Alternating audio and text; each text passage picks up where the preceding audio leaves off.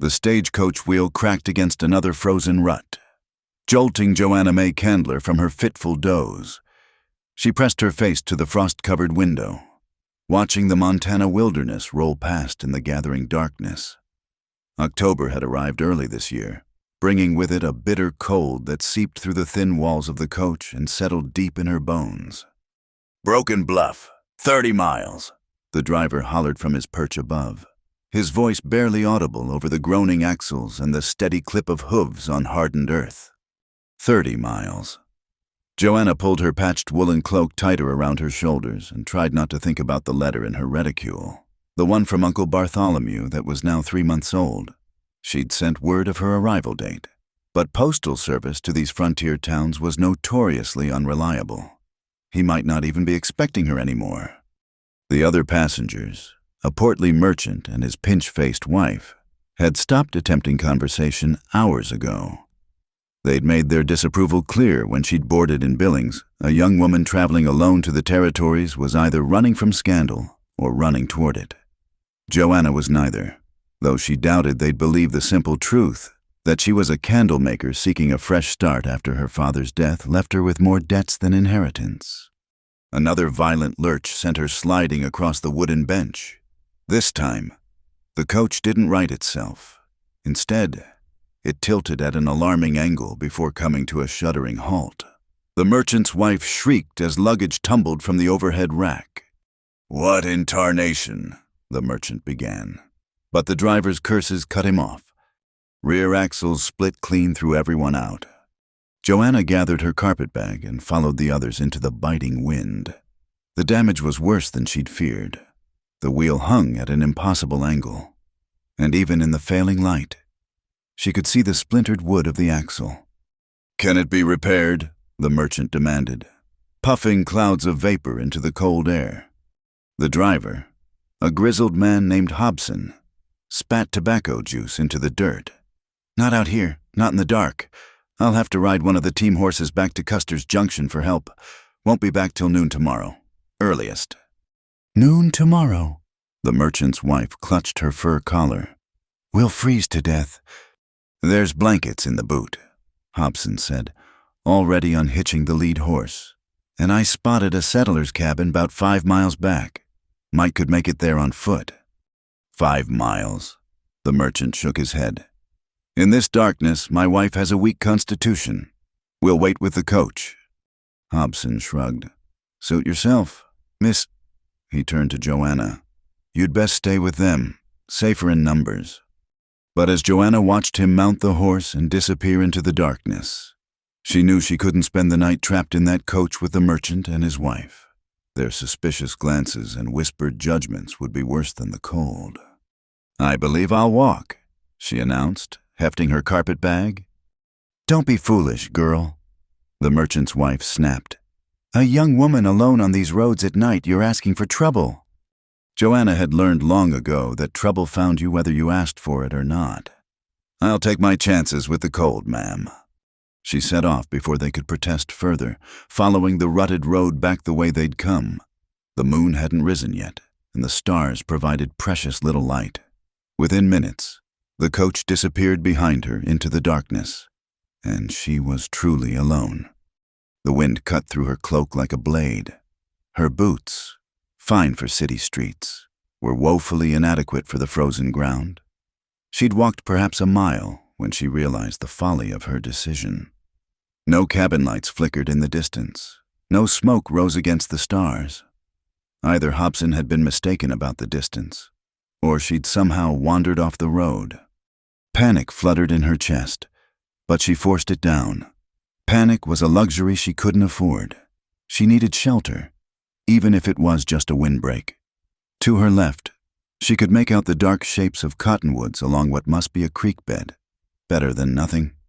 She stumbled down the embankment, her carpetbag catching on sagebrush. The trees provided some relief from the wind, and she found a relatively dry spot beneath an overhanging bank. Not ideal, but it would have to do. She pulled out her 2 spare petticoats from the carpetbag and wrapped them around her shoulders over the cloak. The letter from Uncle Bartholomew crinkled in her pocket. "Come to Broken Bluff," it had said. Plenty of opportunity for a skilled chandler. Clean air and honest work. Joanna laughed bitterly. Clean air, perhaps, but cold enough to freeze the blood in her veins. She tucked her hands into her armpits and tried to calculate how many hours until dawn. 8:10. Could she survive that long? She must have dozed, because the next thing she knew, the crunch of footsteps on frost jolted her awake. Her heart hammered against her ribs. Wild animals, bandits. The merchant had been right. She'd been foolish to leave the coach. But it wasn't a wolf or outlaw that emerged from the darkness. It was a horse, and atop it, a man whose broad shoulders blocked out the stars. He held a rifle across his saddle, and when he spoke, his voice was a low rumble that seemed to rise from the earth itself. "You dead or alive down there?" Joanna tried to answer, but her teeth were chattering too violently to form words. The man swung down from his horse with practiced ease. As he approached, she could make out more details. A worn duster over wool clothes, a wide-brimmed hat pulled low, and beneath it, a face weathered by sun and wind. Not old, perhaps 30, but aged by the harsh territory. "Thought I saw something from the ridge," he said, crouching beside her. "Stage passenger." She managed a nod. He studied her for a long moment, then stood. "Can you ride?" I think so." "Then get up. Sleeping out here will kill you sure as a bullet." His voice was gruff, almost angry. "My cabin's 2 miles north. You can thaw out there." Part of her wanted to refuse. Accepting help from a strange man in the wilderness went against every warning she'd ever received. But the alternative was freezing to death alone in a creek bed. Pride was another luxury she couldn't afford. He helped her to her feet, steadying her when her numb legs buckled. His hands were surprisingly gentle for their size. He lifted her onto his horse as if she weighed nothing, then retrieved her carpetbag and swung up behind her. "Name's Cade Langston," he said, reaching around her to take the reins. "I run cattle up in the high country." "Joanna Candler," she whispered through chattering teeth. "Well, Miss Candler, you picked a devil of a night for a walk." She felt him shrug out of his duster and wrap it around her shoulders. It smelled of leather and tobacco and horse, not unpleasant, just overwhelmingly male. "Sleep if you need to. I won't let you fall." Joanna had never been one to trust easily, but something about his steady presence and matter-of-fact kindness made her relax against his chest. She felt his arm tighten around her waist, holding her secure as the horse picked its way through the darkness. "Why?" she asked drowsily. "Why help me?" She felt his chest rumble with what might have been a laugh. "Because I'd go mad with the thought of leaving you out there. Man sees someone in trouble. He helps. That's the way of it out here." The last thing she remembered before sleep took her was his voice. Rough as sandpaper, but oddly comforting. "Almost there, Miss Candler. You're safe now." The cabin materialized from the darkness like a promise kept. It wasn't much. A single-room structure of rough-hewn logs chinked with mud and moss. But to Joanna's frozen eyes, it might as well have been a palace. Smoke curled from the stone chimney, and golden light leaked through the oiled paper windows. Cade dismounted first, then reached up to help her down. Her legs, numb from cold and the ride, refused to hold her weight. She would have crumpled to the ground if not for his steadying hands at her waist. "Easy now," he murmured. "Let's get you inside." He half carried her to the door, kicked it open, and guided her to a rough wooden chair near the fireplace. The heat hit her like a physical force, painful and wonderful at once. Her frozen fingers began to tingle, then burn as feeling returned. "Stay put," Cade ordered, already moving with purposeful efficiency. He added 2 logs to the fire, sending sparks spiraling up the chimney, then filled a battered kettle from a water barrel and set it on the iron spider over the flames. Joanna watched him through eyes still blurry with cold. He moved around the small space with the economy of someone long accustomed to solitude. Everything had its place. Rifles on pegs by the door. traps and tools hanging from the rafters, a shelf of provisions against one wall. The furniture was sparse, but well made the chair she occupied.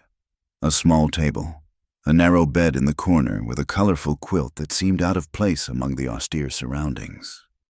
"That quilt," she found herself saying, her voice still rough. "It's beautiful." Cade glanced at the bed, then away. "My sister made it, before she married and moved to California." He pulled a tin cup from a shelf and spooned something dark into it. "Coffee's old but hot. It'll help warm you from the inside." She accepted the cup gratefully, wrapping her hands around its warmth. The coffee was bitter as medicine, but she drank it anyway, feeling it trace a path of heat down to her stomach. "Thank you," she said. "For all of this, I don't know what would have happened if—" "You'd have died," he said bluntly, pulling off his hat and hanging it on a peg. In the firelight, she could see him more clearly. His hair was dark, almost black, and needed cutting.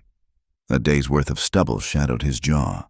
His eyes, when they met hers, were the color of winter sage. "Temperatures dropping fast tonight. Another hour out there and they'd have found you come spring thaw." The matter-of-fact way he said it should have frightened her.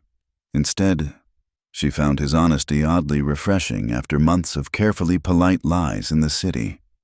"The stagecoach broke down," she explained. "The driver went for help, but I couldn't stay there, not with the others looking at me like—" She stopped, embarrassed by her admission. "Like you were trouble walking on two legs." Cade's mouth quirked in what might have been a smile. "Let me guess. Traveling alone, no wedding ring, heading for the territories. They probably had you pegged for a soiled dove or worse." Heat that had nothing to do with the fire flooded her cheeks. "I'm a candlemaker. My uncle in Broken Bluff offered me work." "Bartholomew Candler." His eyebrows rose. "Old Bart died 2 months back. Heart gave out while he was shoeing a horse." The coffee cup slipped from Joanna's numb fingers, shattering on the packed earth floor. The sound seemed to echo in the small space, as sharp and final as a gunshot. "Dead," the word came out as barely a whisper. "But he wrote to me. He said—" She fumbled for the letter, pulling it from her pocket with shaking hands. "He said to come, that there was work." Cade knelt to collect the broken pieces of the cup, his movements careful and deliberate. "I'm sorry. If I'd known he was your kin, I'd have found a gentler way to tell you." Joanna stared at the letter, the words blurring before her eyes. No uncle, no work, no place to go. She'd sold everything to buy passage west, had endured the sneers and speculation of fellow travelers, had nearly frozen to death, all for nothing. "Miss Candler," Cade's voice seemed to come from very far away. "Joanna." She looked up to find him crouched before her chair, his sage-green eyes filled with unexpected concern. "I have nowhere to go," she said, voicing the realization aloud. "No money to return east, no family. She laughed, but it sounded more like a sob. "I'm well and truly stranded." "You're alive," he said firmly. "That's what matters tonight. The rest can be figured out come morning." He stood, brushing his hands on his pants. "You need food and proper rest. When's the last time you ate?" She tried to remember. "This morning, some bread at the way station." He made a sound of disgust and moved to the provisions shelf. "I've got beans and salt pork. Nothing fancy, but it'll fill your belly." "I can't keep taking your charity," she protested weakly. "It's not charity." He pulled down a cast-iron pot and set it on the spider. "It's common decency. Man finds someone in need. He helps. Simple as that."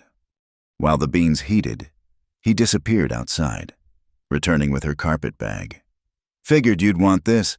You can change behind the blanket there if you need dry clothes." She did need them desperately, but the thought of changing in this small space with him present made her hesitate. As if reading her thoughts, he said, "I'll step outside. Check on my horse? Take your time." True to his word, he left her alone in the cabin. Joanna quickly shed her damp traveling dress and petticoats. pulling on her one spare dress, a practical brown wool that had seen better days. She was repinning her hair when a soft knock came at the door. Decent. Yes, come in. He entered, bringing with him a gust of cold air and the scent of pine. Getting colder. Might see snow before morning. He moved to the pot, stirring the beans. Hope you're not expecting fine dining. I'm grateful for anything hot, she assured him. They ate in companionable silence, sharing the simple meal. The beans were oversalted and the pork tough as leather, but to Joanna's empty stomach, it was a feast. She noticed he gave her the larger portion, though he tried to hide it. You said you run cattle, she ventured, needing to fill the silence. Small operation, maybe 50 head, nothing like the big spreads down south, but it keeps me busy. He pushed his empty plate aside. What about you? How does a woman become a candle maker? My father was a chandler in St. Louis. I learned the trade from him, rendering tallow, adding scents, getting the wicks just right. When he died, I tried to keep the shop going, but... She shrugged. A woman in business makes people uncomfortable. Orders dried up. Uncle Bartholomew's letters seemed like salvation. And now I suppose I'll go to Broken Bluff anyway. See if anyone needs candles made. If not... She tried to sound brave. I'll figure something out. Cade studied her across the table. Takes courage. Coming out here alone. Most women wouldn't dare it. Most women have other choices, she said simply. He stood abruptly, collecting the dishes. You should sleep. Take the bed. I couldn't. Wasn't a question. His tone brooked no argument. I've bedded down in worse places than my own floor. Got a bedroll that served me well enough?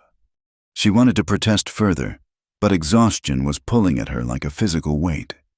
Thank you for everything. I don't know how to repay. Sleep with me tonight, he growled, then immediately colored. I mean, sleep here tonight, in the cabin. Lord knows I'll go mad with worry if you try to leave before morning. Despite everything, Joanna felt her lips twitch in the first genuine smile she'd managed in weeks. I think I can manage that. She settled into the narrow bed, pulling the beautiful quilt up to her chin. It smelled of pine and wood smoke. Quintessentially male, but not unpleasant. From her position, she could watch Cade arranging his bedroll near the fire. He moved with quiet efficiency, banking the flames for the night, checking the door latch, settling his rifle within easy reach. Cade, she called softly. He turned, his face half in shadow. Yeah. Why do you live out here alone? No wife, no family. For a long moment, she thought he wouldn't answer. Then, had a wife once. Fever took her 3 winters back, along with the baby she was carrying. After that, couldn't see the point in staying where everything reminded me of them. Built this place with my own hands. It's quiet here. Peaceful. I'm sorry, she whispered. I shouldn't have asked. It's all right. Pain fades if you let it. Just takes time. He stretched out on his bedroll, pulling a blanket over himself. Get some sleep, Miss Candler. Morning comes early out here. Joanna closed her eyes, listening to the pop of the dying fire and the wind testing the chinks in the logs. Despite everything, the shock of her uncle's death, the uncertainty of tomorrow, the strangeness of sleeping in a stranger's bed, she felt oddly safe. Cade Langston might be gruff and solitary, but there was something solid about him, as dependable as the mountains themselves. Cade, she called once more. Thank you for not leaving me out there. She heard him shift on his bedroll. Told you, I'd have gone mad thinking about it. Now hush and sleep. As warmth and exhaustion finally pulled her under, Joanna thought she heard him mutter something else, something about eyes like winter stars and courage that put most men to shame. But sleep claimed her before she could be sure, carrying her into dreams of warmth and safety and strong hands that promised to never let her fall. Joanna woke to the sound of metal striking metal and the rich aroma of coffee. For a moment, she couldn't place where she was. The quilt was too soft, the air too warm with wood smoke. Then memory rushed back the broken stagecoach, the freezing night, Cade Langston's gruff rescue. She sat up, pushing her tangled hair from her face. Cade stood by the fire, his back to her, working over a cast-iron skillet. He'd changed clothes, she noticed. Clean flannel shirt, fresh denims. His hair was damp, as if he'd washed in the creek. "Morning," he said without turning around. "Snow started about an hour ago. Looks like it might stick." Through the oiled paper window, she could see fat white flakes drifting past. Her heart sank. Snow meant the roads would be even more treacherous, her situation more precarious. "There's water in the pitcher if you want to wash," Cade continued, still focused on his cooking. "And coffee when you're ready." She found the pitcher on a small stand near the bed, along with a clean piece of flannel for a washcloth. The water was cold but fresh, and she cleaned her face and hands gratefully. Her hair was a lost cause without her brushes, still packed in her carpet bag, so she simply rebraided it and pinned it up as best she could. "Breakfast is ready," Cade announced, finally turning to face her. His expression was carefully neutral, but she caught something in his eyes, a flicker of appreciation, perhaps quickly suppressed. Nothing fancy, flapjacks and bacon. They sat at the small table, eating in the comfortable silence she was beginning to associate with him. The flapjacks were surprisingly good, light and fluffy despite the crude conditions. "You cook well for a bachelor," she observed. "Man learns or he starves out here." He poured her more coffee. "Been thinking about your situation?" She set down her fork, appetite suddenly gone. "And storm like this, the stage road will be impassable for days, even after it clears. Might be a week before anyone comes looking for passengers from that broken coach." He leaned back in his chair, studying her. "You're welcome to stay here until then, but I figure you're anxious to get to Broken Bluff. See about your uncle's affairs." "I don't even know if he had affairs to settle. We weren't close. He was my mother's brother, and she died when I was young." She twisted her hands in her lap. "I don't suppose he left anything to a niece he'd never met." "Probably not." Cade agreed with his characteristic bluntness. "But the town needs to know you're safe. That stage driver will report you missing, and folks will worry." "Will they?" She couldn't keep the bitterness from her voice. "A stranger, a woman traveling alone." "Some will." He stood, beginning to clear the dishes. "I need to check my cattle. Make sure they're sheltered from this storm. If you're willing, you could come with me to town after. It's only 8 miles from here. My wagon can make it if we're careful." Hope fluttered in her chest. "You'd do that?" "Can't leave you stranded here indefinitely. People would talk." He paused at the wash basin. "Besides, you need to find lodging. Work. Broken Bluff isn't much, but it's better than a line shack in the mountains." While he washed the dishes, refusing her offer of help with a grunt that might have been "guests don't work," Joanna repacked her few belongings. The brown wool dress would have to do for another day. At least it was warm and respectable. Cade disappeared outside to ready the wagon, leaving her alone in the cabin. She took the opportunity to look around more carefully. Despite its crude construction, the place was scrupulously clean. No dust on the shelves, no ashes scattered around the hearth. The bed was already made with military precision, the beautiful quilt smoothed flat. On a shelf near the window, she noticed something that made her pause. A small wooden frame containing a daguerreotype. A young woman looked out from the image, pretty in a delicate way, with light hair and a shy smile. This must be the wife he'd mentioned. Beside the frame sat a small carved wooden horse, the kind a parent might make for a child. "Ready?" She jumped, not having heard him return. He stood in the doorway, snow dusting his shoulders and hat. "Yes, I just need my cloak." He helped her into it, his hands lingering perhaps a moment longer than necessary on her shoulders. "It's cold out there. You sure you're up for this? I've imposed on your hospitality enough." Mr. Langston, the sooner I get to town, the sooner I can stop being a burden." His brows drew together. "You're not a burden. A strange woman sleeping in your bed, eating your food, taking up your time." She tried for a light tone. "I'd say that qualifies." "A man can ride 1,000 miles and never meet eyes like yours," he said quietly, then seemed to catch himself. "What I mean is, it's no trouble. Been a while since I had company that wasn't a cow or a horse. Nice to hear a human voice that talks back with actual words." The wagon waited outside, a sturdy buckboard with high sides. Cade helped her up onto the seat, then climbed up beside her. The snow was falling harder now, already covering the ground in a thin white blanket. "Bundle up," he advised, handing her a thick buffalo robe. "This might take a while." He was right. The 8 miles to Broken Bluff felt like 80. The horses plodded through the deepening snow, heads down against the wind. Cade handled the reins with expert skill, guiding them around the worst drifts, speaking to the animals in a low, encouraging voice. Joanna huddled under the buffalo robe, stealing glances at his profile. In daylight, she could see lines around his eyes and mouth that spoke of laughter as well as hardship. His hands on the reins were scarred but gentle, coaxing rather than commanding. When the wagon skidded on a patch of ice, his arm shot out instinctively to steady her. "Sorry," he muttered. "Road's worse than I thought." "You're doing wonderfully," she assured him. "I'd have been lost in the first mile." "You'd have figured it out. You strike me as someone who doesn't give up easy." They lapsed into silence again, but it was companionable rather than awkward. The snow muffled all sound except the creak of wheels and the steady breathing of the horses.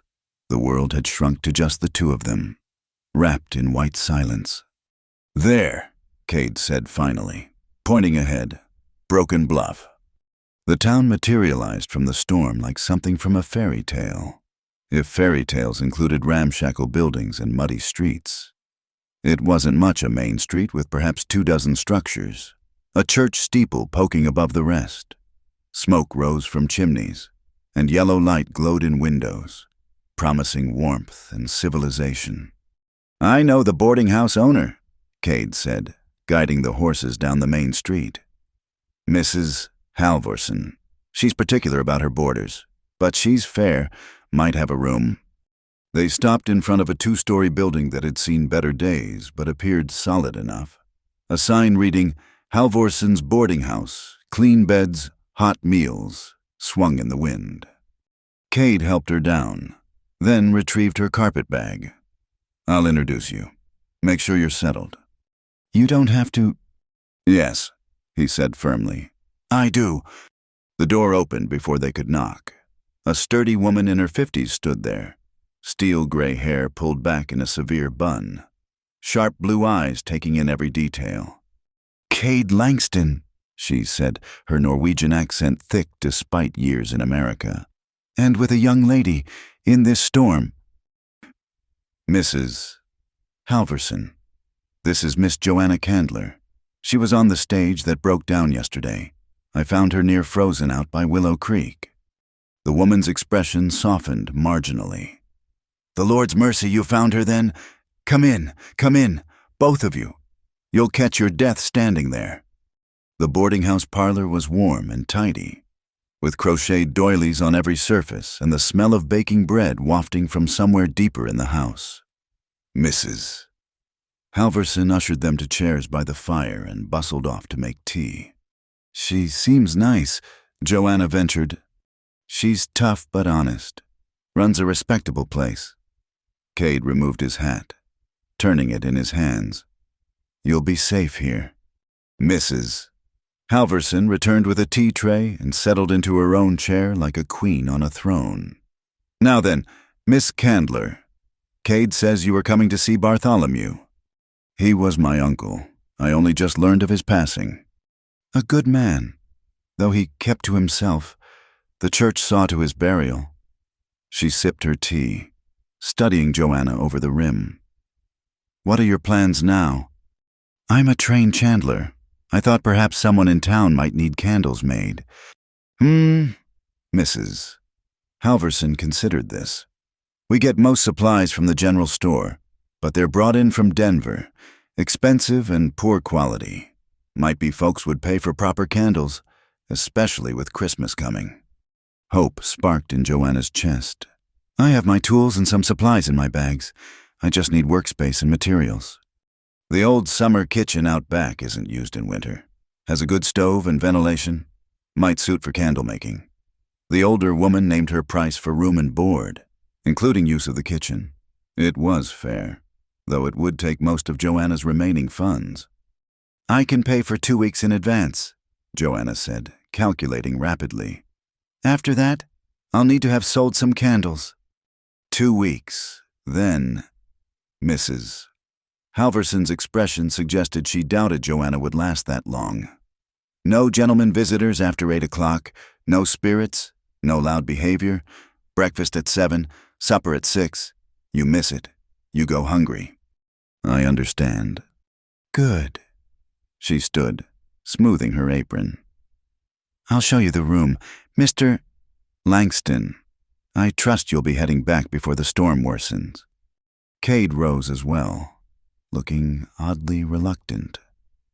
I should check the livestock supplier while I'm here, but yes, I'll head back soon. Joanna followed Mrs. Halvorson up the narrow stairs, very aware of Cade's presence behind them. The room was small but clean, with a narrow bed, washstand, and single window overlooking the street. It was cold now, but the chimney from the kitchen below ran through one wall, providing some warmth. This will do nicely, Joanna said, setting down her carpet bag. Thank you, Mrs. Halvorson. The landlady nodded and departed, leaving Joanna alone with Cade. He seemed too large for the small space, too vital. He stood by the door, clearly uncomfortable. Well, he said, you're settled then? Yes. She twisted her hands together, suddenly reluctant to see him go. Mr. Langston, Cade, I don't know how to thank you. If you hadn't found me. Don't. His voice was rough. Just make a good life here. Prove them all wrong. The folks who look sideways at you, who whisper behind their hands. You're stronger than they know. Will I see you again? The question slipped out before she could stop it. Something flickered in his sage-green eyes. Broken Bluff's not that big. Expect we'll cross paths. He settled his hat on his head, touching the brim in farewell. Take care, Miss Candler. Then he was gone, his boot steps heavy on the stairs. Joanna moved to the window, watching as he emerged onto the street. He paused by his wagon, looking up. Their eyes met through the glass and snow. He raised one hand in farewell or promise. She couldn't tell, then climbed onto the wagon seat and guided his team into the storm. Joanna stood at the window long after he'd disappeared into the white swirl. One hand pressed to the cold glass. The room felt emptier without him, smaller somehow. But there was work to do, a life to build. She'd come west for a new beginning, and despite everything, she'd found one. Tomorrow she'd explore the summer kitchen, take inventory of what she'd need. She'd introduce herself to the shopkeepers, the church ladies, anyone who might buy her candles. She'd prove Mrs. Halverson wrong about lasting 2 weeks. And maybe, if she was very lucky, a certain cowboy would need supplies from town soon. The thought warmed her more than any fire could. Outside, the snow continued to fall, blanketing Broken Bluff in pristine white. A new beginning indeed. The next morning dawned clear and cold, the storm having blown itself out during the night. Joanna rose early, determined to make the most of her first full day in Broken Bluff. After a simple breakfast of porridge and coffee in Mrs. Halverson's dining room, where she endured the curious stares of 3 other boarders, she bundled up and ventured out to explore the town. Main Street was busier than she'd expected. Wagons churned through the snow-covered mud, and townspeople hurried about their business, breath pluming in the frigid air. She counted 2 saloons, a general store, a blacksmith, a small hotel that had seen better days, and various other establishments. At the far end of the street stood the church, its white steeple pointing skyward like an accusatory finger. The general store seemed the logical place to start. A bell jangled as she pushed open the door, and warmth enveloped her along with a mingled sense of pickle brine, coffee, and leather. The proprietor, a thin man with pomaded hair, looked up from his ledger. "Help you, miss." "Good morning. I'm Joanna Candler, newly arrived. I'm a chandler by trade, and I was wondering if you might be interested in locally made candles." His expression shifted from polite interest to skepticism. "We get our candles from Denver, have a contract with a supplier there." "I understand, but perhaps I could offer better quality at a lower price, and certainly fresher, no long freight journey." "Perhaps." He clearly doubted it. "You'd have to prove that, wouldn't you? And folks here are particular about their suppliers, like to know who they're dealing with." The bell jangled again, and two women entered, their conversation dying as they spotted Joanna. She recognized the look in their eyes, curiosity mixed with suspicion. The younger one whispered something to her companion.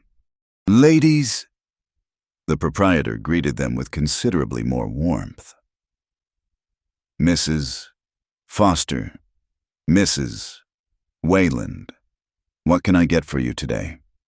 "Just some thread, Mr. Hutchins," the elder woman said. But her eyes remained on Joanna. "I don't believe we've met, dear."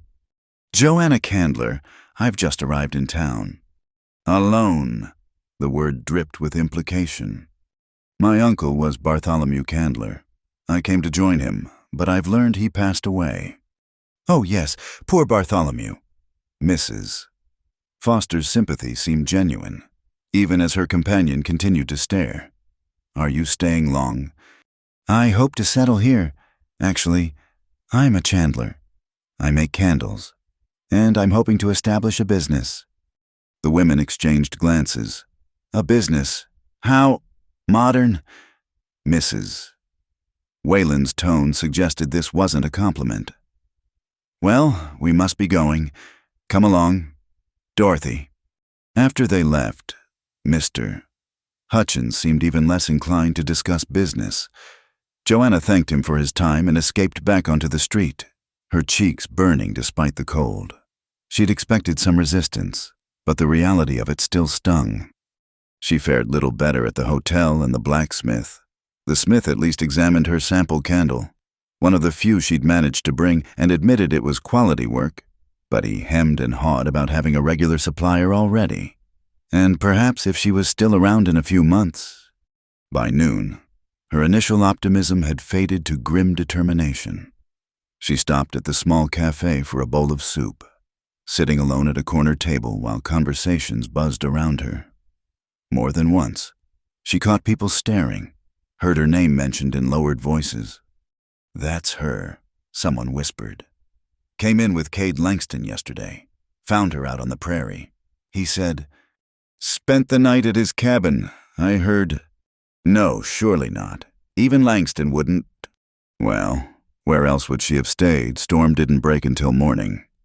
Joanna kept her eyes on her soup, but her appetite had fled. She'd done nothing wrong. Yet already her reputation was being dissected and found wanting. She left half the soup uneaten and hurried back to the boarding house. The summer kitchen proved to be a blessing. It was cold and dusty from disuse, but structurally sound. The stove drew well. There were sturdy work tables and plenty of shelving. Best of all, it was private, a place where she could work without enduring stares and whispers. She spent the afternoon cleaning and organizing, making lists of supplies she'd need. Tallow would be the biggest expense, but perhaps the butcher would make a deal. She'd also need wicking material, molds beyond the few she'd brought, and eventually fragrances, though those were luxuries she couldn't afford yet. As the sun began to set, painting the snow-covered mountains pink and gold, a knock came at the kitchen door. She opened it to find a small, round woman with graying hair and kind eyes. Miss Candler, I'm Ellen Pritchard. I run the bakery next door. She held out a cloth-covered basket. Thought you might enjoy some fresh rolls. That's very kind of you. Joanna accepted the basket, surprised by the gesture. Would you like to come in? I could make tea. I'd like that. While Joanna heated water on the freshly cleaned stove, Mrs. Pritchard looked around the kitchen with interest. You're really planning to make candles here? That's my hope, though I'm finding it difficult to generate interest. Folks here are slow to accept change, or newcomers. The baker's voice was sympathetic. I came from Ohio 15 years ago, and it took near 3 years before anyone would buy my bread. Said they preferred their own baking. What changed? Persistence, mostly, and the fact that my bread was simply better. She smiled. Also, I married Tom Pritchard, which made me less of an outsider. Not that I'm suggesting you need a husband to succeed. Mind you, times are changing, slow as it might be. They drank tea and ate the excellent rolls while Mrs. Pritchard shared town gossip and advice. The banker's wife might be interested in scented candles. The doctor needed good light for night calls. The church was always looking for quality altar candles at a fair price. And don't mind the gossip about Cade Langston, she added, clearly having heard the whispers. He's a good man, just keeps to himself since Mary died. Did right by you, bringing you safe to town. People seem to think, that is, they're implying, that something improper occurred, Mrs. Pritchard snorted. Let them talk. They've nothing better to do. Those who matter will judge you by your work, not their imaginations. After the baker left, Joanna felt heartened enough to venture out once more, this time to the church. The minister, Reverend Dawes, was an elderly man with kind eyes behind wire spectacles. He listened to her proposal with interest. We do need quality candles for services, he admitted. The ones from Denver arrive half-melted in summer, brittle in winter. What would you charge? They discussed prices and quantities, and by the time she left, Joanna had her first order, 24 altar candles to be delivered within the week. It wasn't much, but it was a start. Walking back to the boarding house in the gathering dusk, she noticed a familiar wagon outside the grain store. Her heart gave an unexpected leap as Cade emerged, carrying a heavy sack of feed on his shoulder as if it weighed nothing. He saw her at the same moment and stopped, then set down the sack and approached. Miss Candler, how are you settling in? Well enough, Mrs. Halverson's boarding house is quite comfortable, and I've started setting up my workshop. Good. He shifted his weight, seeming uncharacteristically uncertain. No trouble from the storm. Sometimes newcomers find the weather hard to bear. I'm tougher than I look, Mr. Langston. I know that. The words came out soft, almost involuntary. He cleared his throat. That is, anyone who'd travel alone to the territories has grit. Just wanted to make sure that you had what you needed. I have my first order, she told him, unable to keep the pride from her voice. Reverend Dawes wants 24 altar candles. A smile transformed his weathered face. That's fine news. The Reverend's endorsement carries weight in this town. I hope so. Some of the shopkeepers were less encouraging. His expression darkened. Someone giving you trouble? No, nothing like that. Just cautious. I understand I'm an unknown quantity. Your quality, he said firmly. They'll learn that soon enough. They stood there in the twilight, snow crunching under the feet of passing townspeople, neither seeming to know what to say next. Finally, Cade touched his hat brim. I should load the rest of my supplies. Early start tomorrow. Of course. She hesitated, then added, Thank you for checking on me. It's nice to see a friendly face. Anytime you need anything, Miss Candler. My place isn't so far that I can't make the trip. He turned to go, then paused. That cafe makes a decent beef stew on Thursdays. Better than eating alone at the boarding house, if you're inclined. Before she could respond, he was striding back to his wagon, leaving Joanna standing on the boardwalk with pink cheeks that had nothing to do with the cold. Thursday was 3 days away. Was he suggesting they dine together or simply providing information? Back at the boarding house, she found Mrs. Halverson in the parlor, working on some mending by lamplight. Productive day, Miss Candler. Yes, actually, I've received my first order from Reverend Dawes. The landlady's eyebrows rose. Have you now? Well, that's something. The Reverend doesn't give his custom lightly. So I gathered. Mrs. Halverson. I'll need to purchase tallow and other supplies. Could you recommend honest suppliers? Garrett runs the butcher shop. He's fair, if you watch him close. Don't let him charge you for scraps. Tallow's a byproduct he'd otherwise throw away. She paused in her stitching.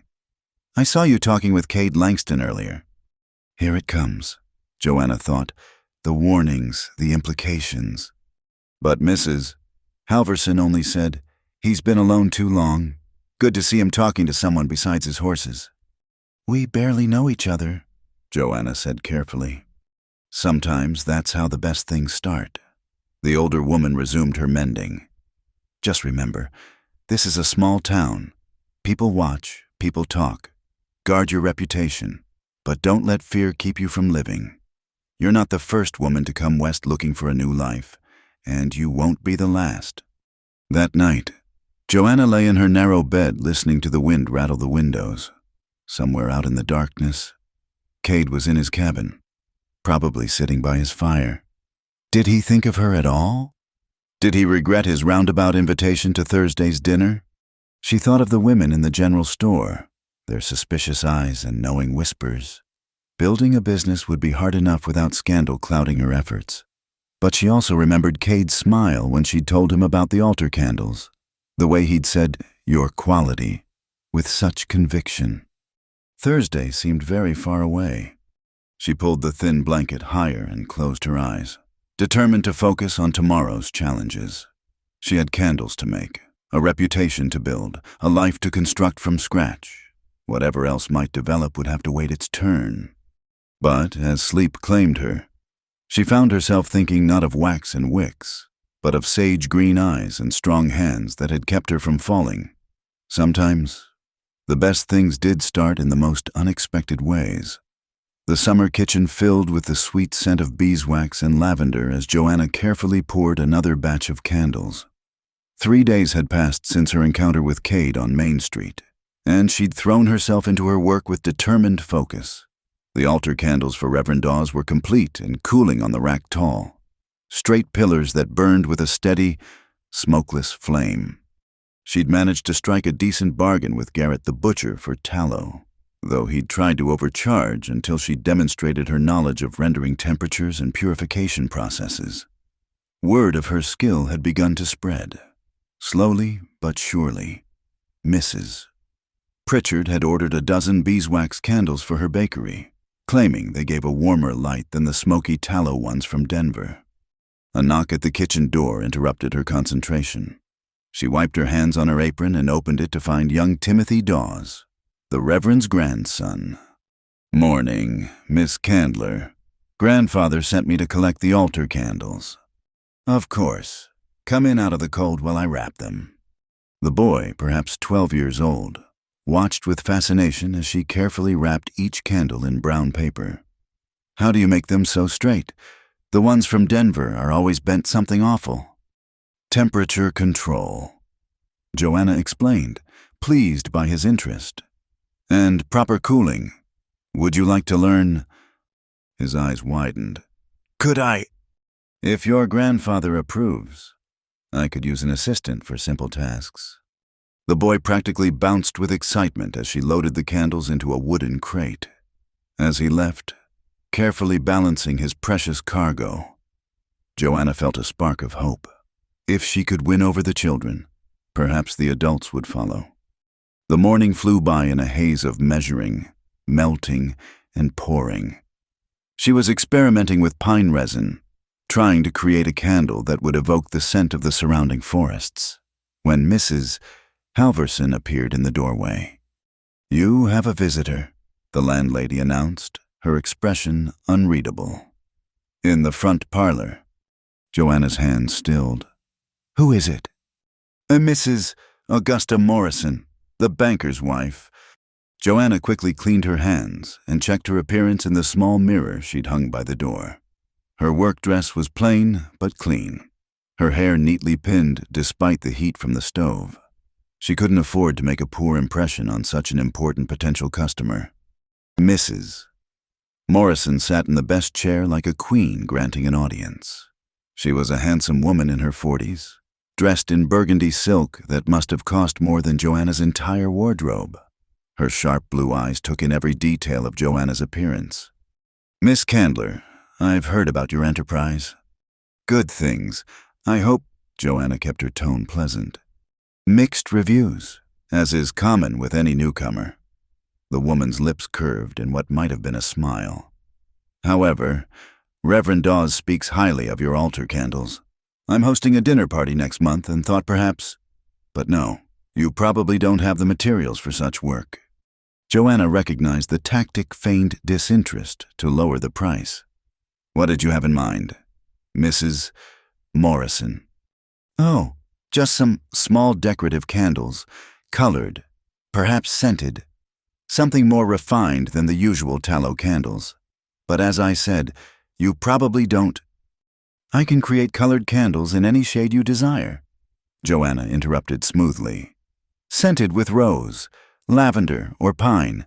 I once made crimson candles scented with cinnamon for a Christmas party in St. Louis. They were quite admired." Mrs. Morrison's eyes sharpened with interest. "Crimson, you say, or deep green, golden yellow, ivory. I can even create candles with dried flowers embedded in the wax, if you prefer something truly unique." "Show me." Joanna excused herself and returned with her sample case, one of the few luxuries she'd brought west. Inside, nestled in velvet, were miniature examples of her finest work: a deep blue candle with silver flecks, a creamy white one with real rose petals visible through the wax, a golden candle that smelled of honey. Mrs. Morrison examined each one carefully, her facade of indifference crumbling. "These are exceptional. You made all of these?" "Yes, ma'am. My father taught me the trade, but I developed some of my own techniques."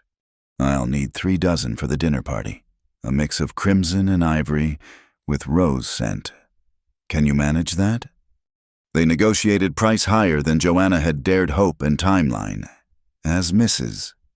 Morrison prepared to leave, she paused. "A word of advice, Miss Candler. This town can be provincial in its attitudes toward unmarried women in business, but quality speaks louder than gossip, if you're patient enough to let it." Her eyes glinted with something that might have been approval. "Also, Cade Langston is a good man, despite what the busybodies might whisper. His late wife was my cousin. Mary would have liked you, I think." After she left, Joanna sank into a chair, overwhelmed. The Morrison order would cover her rent for 2 months and allow her to purchase better supplies. More importantly, it was a social endorsement that could open doors previously closed to her. She was still sitting there, calculating material needs, when Mrs. Halverson reappeared. "That went well. I take it—" "Very well." She ordered 3 dozen decorated candles. "Augusta Morrison doesn't give her custom lightly. This will set tongues wagging in your favor." The landlady paused. "Mr. Langston stopped by while you were meeting with her. Said he'd come back later." Joanna's heart skipped.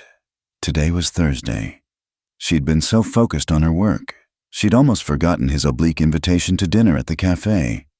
She spent the rest of the afternoon trying to concentrate on her work, but her mind kept wandering. Should she go to the cafe tonight? Would he be there? Was she reading too much into a casual comment about beef stew? As evening approached, she found herself taking extra care with her appearance. She wore her better dress, a deep green wool that brought out the gold flecks in her brown eyes, and pinned her hair in a softer style than her usual severe work bun. She was being foolish. she told herself. It was just dinner at a public cafe. If Cade happened to be there, it would be mere coincidence. But her hands trembled slightly as she put on her cloak. The cafe was busier than during her previous visit. The dinner crowd filled most tables, and the air was thick with the scents of beef stew and fresh bread. Joanna paused in the doorway, suddenly uncertain. Then she spotted him. Cade sat at a corner table, his back to the wall in the way of men who'd learned to watch for trouble. He'd cleaned up, fresh shirt, hair combed back, face freshly shaved. When he saw her, he stood immediately, removing his hat. "Miss Candler, glad you could make it." "Mr. Langston." She allowed him to help her with her chair, acutely aware of the eyes upon them. "I hope I'm not intruding. Invited you, didn't I?" His voice was gruff, but his eyes were warm. "The stew's as good as promised." The waitress, a young woman named Sally, whom Joanna recognized from church, took their order with barely concealed curiosity. Within minutes, Joanna knew. Word would spread that the new candlemaker was dining with Cade Langston. "I heard Mrs. Morrison called on you," Cade said, seemingly oblivious to the attention. "That's good news for your business." "How did you—" She stopped. "Small town. Very small." He smiled slightly.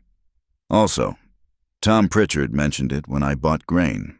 His wife was pleased as punch about it. Hey, Mrs. Pritchard has been very kind to me. Ellen's good people. Knows what it's like to be an outsider." He paused as Sally brought their stew and cornbread. "How are you finding the work getting what you need?" They talked easily over dinner, discussing suppliers and techniques, the challenges of running a business in a frontier town. Cade listened attentively as she explained her process for creating colored candles, asking intelligent questions that showed he was genuinely interested. "My Mary used to love candles," he said quietly, "especially in winter. Said they made the cabin feel like home instead of just shelter." Mrs. Morrison mentioned she was her cousin. Augusta always approved of Mary marrying beneath her station. His tone was wry rather than bitter. Mary just laughed and said love didn't check bank accounts. "She sounds wonderful." She was. He met her eyes directly. "But that was then. Man can't live in the past forever, much as he might want to sometimes." The weight of his words hung between them.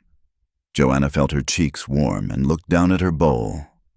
"No, I suppose not. What about you? Leave anyone special behind in St. Louis?" "No, there was someone my father hoped I'd marry, a business associate of his. But after Father died and the debts came to light, suddenly Samuel found himself too busy to call." She tried to keep the hurt from her voice. "It was educational, learning how quickly affection fades when fortune does." "His loss," Cade said firmly. "Man who judges a woman by her bank account isn't worth spit." Despite herself, Joanna laughed. "You have a way with words, Mr. Langston." "Cade," he corrected. "Think we know each other well enough for first names, don't you?" "I suppose we do, Cade." The way his name felt on her tongue, the way his eyes crinkled when she said it, made something flutter in her chest.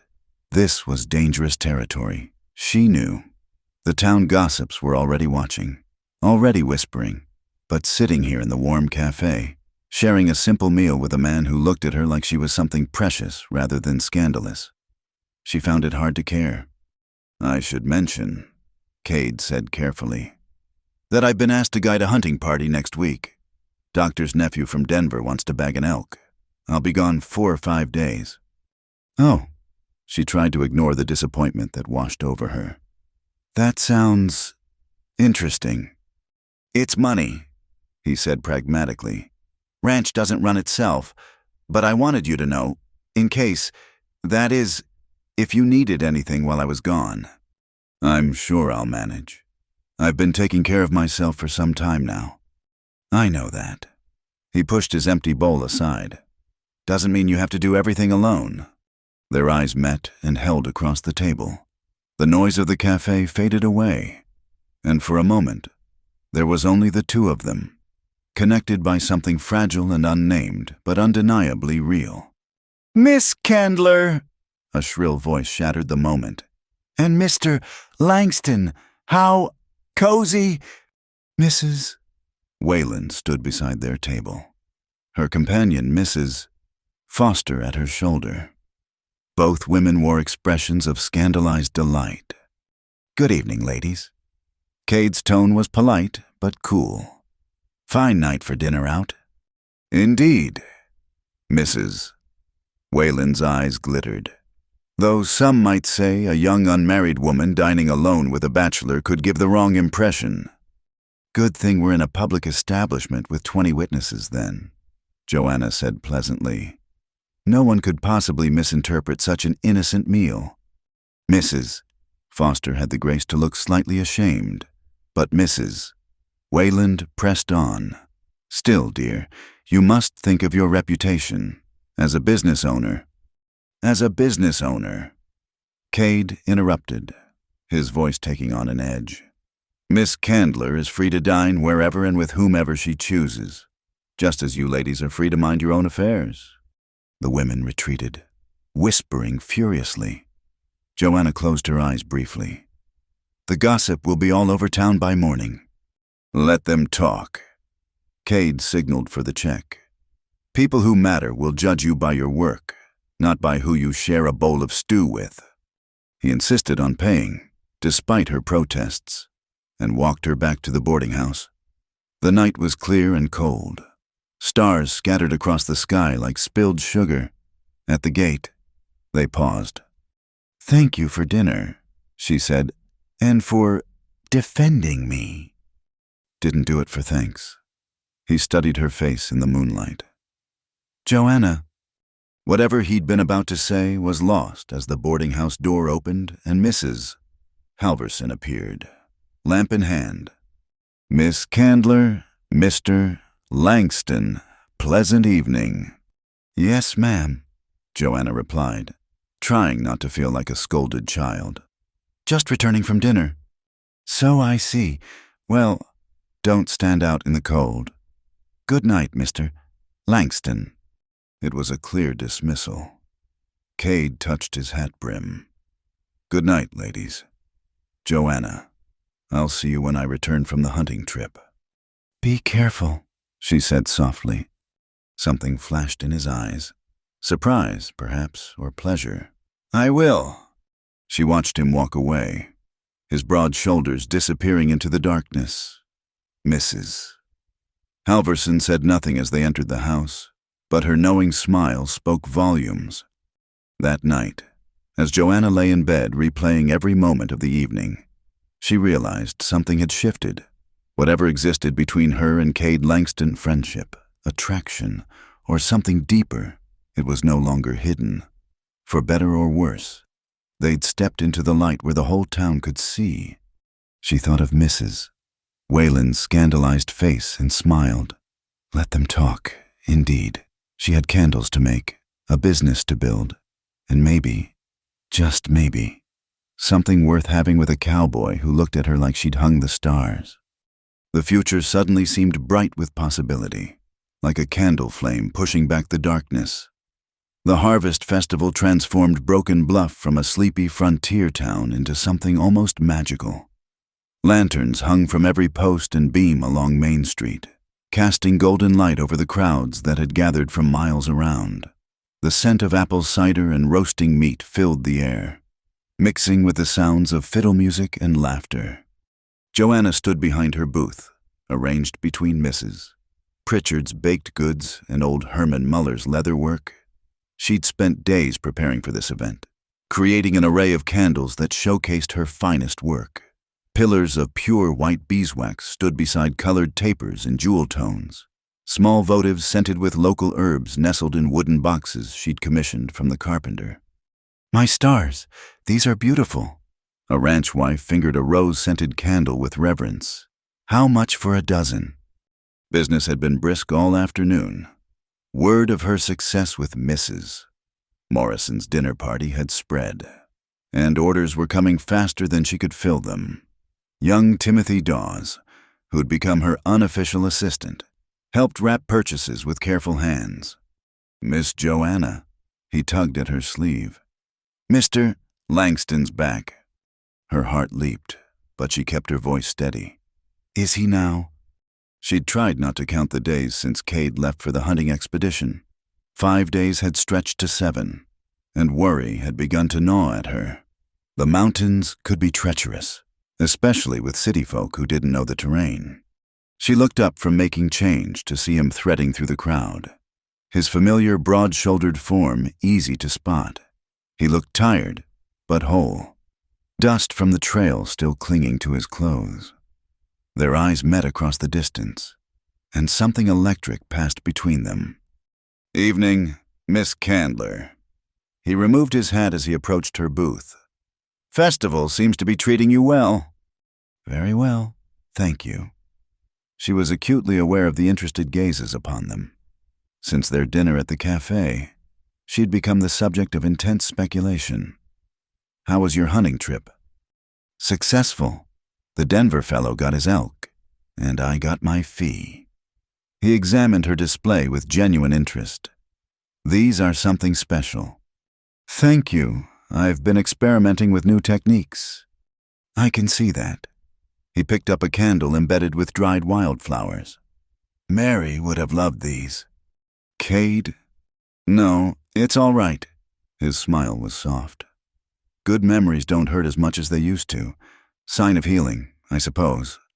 Before she could respond, the fiddle music changed to a livelier tune, and couples began forming for a dance on the wooden platform erected in front of the church. She watched wistfully as young and old alike joined in the Virginia reel. "Timothy," Cade said to the boy, "think you could mind the booth for a few minutes?" The boy's eyes widened. "Yes, sir." Cade extended his hand to Joanna. "May I have this dance?" She glanced around at the watching crowd, knowing this would only fuel more gossip. Then she looked at his outstretched hand, calloused from work but gentle, and made her choice. "I'd be delighted." He led her to the platform, ignoring the whispers that followed in their wake. When he placed one hand on her waist and took her hand with the other, she felt as if lightning had struck.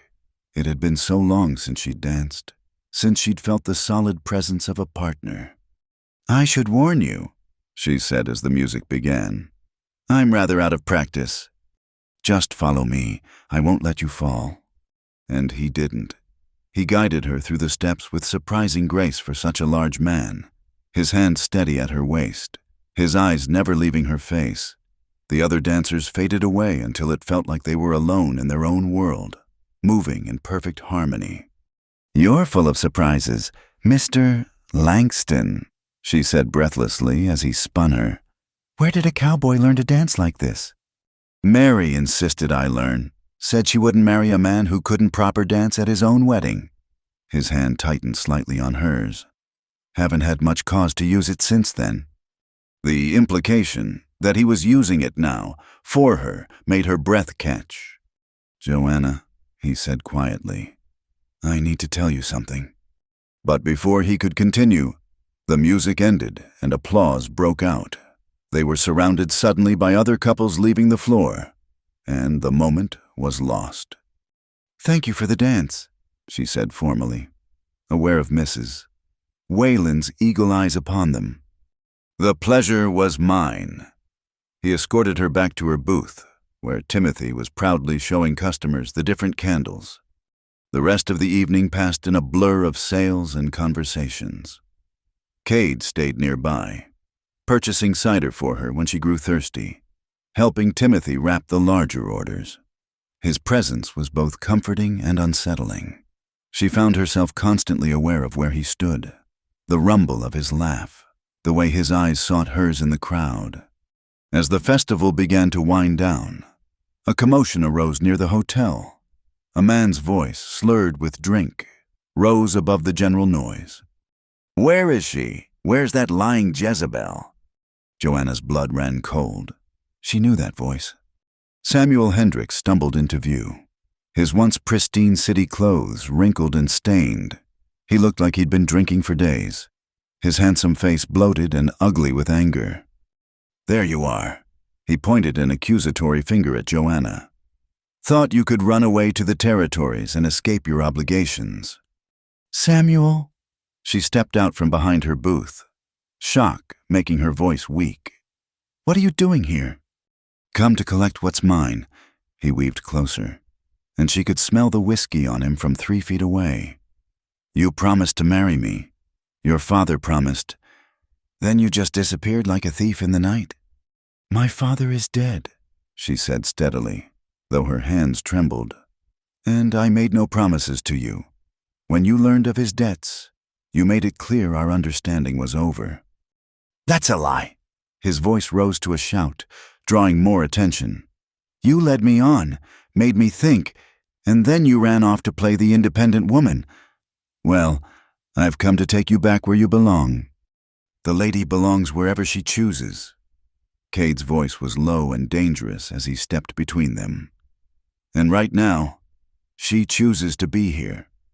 Samuel's bloodshot eyes focused on Cade with difficulty. "And who are you? Her new paramour, she collecting cowboys now instead of businessmen." The crowd gasped. Several women pulled their children away.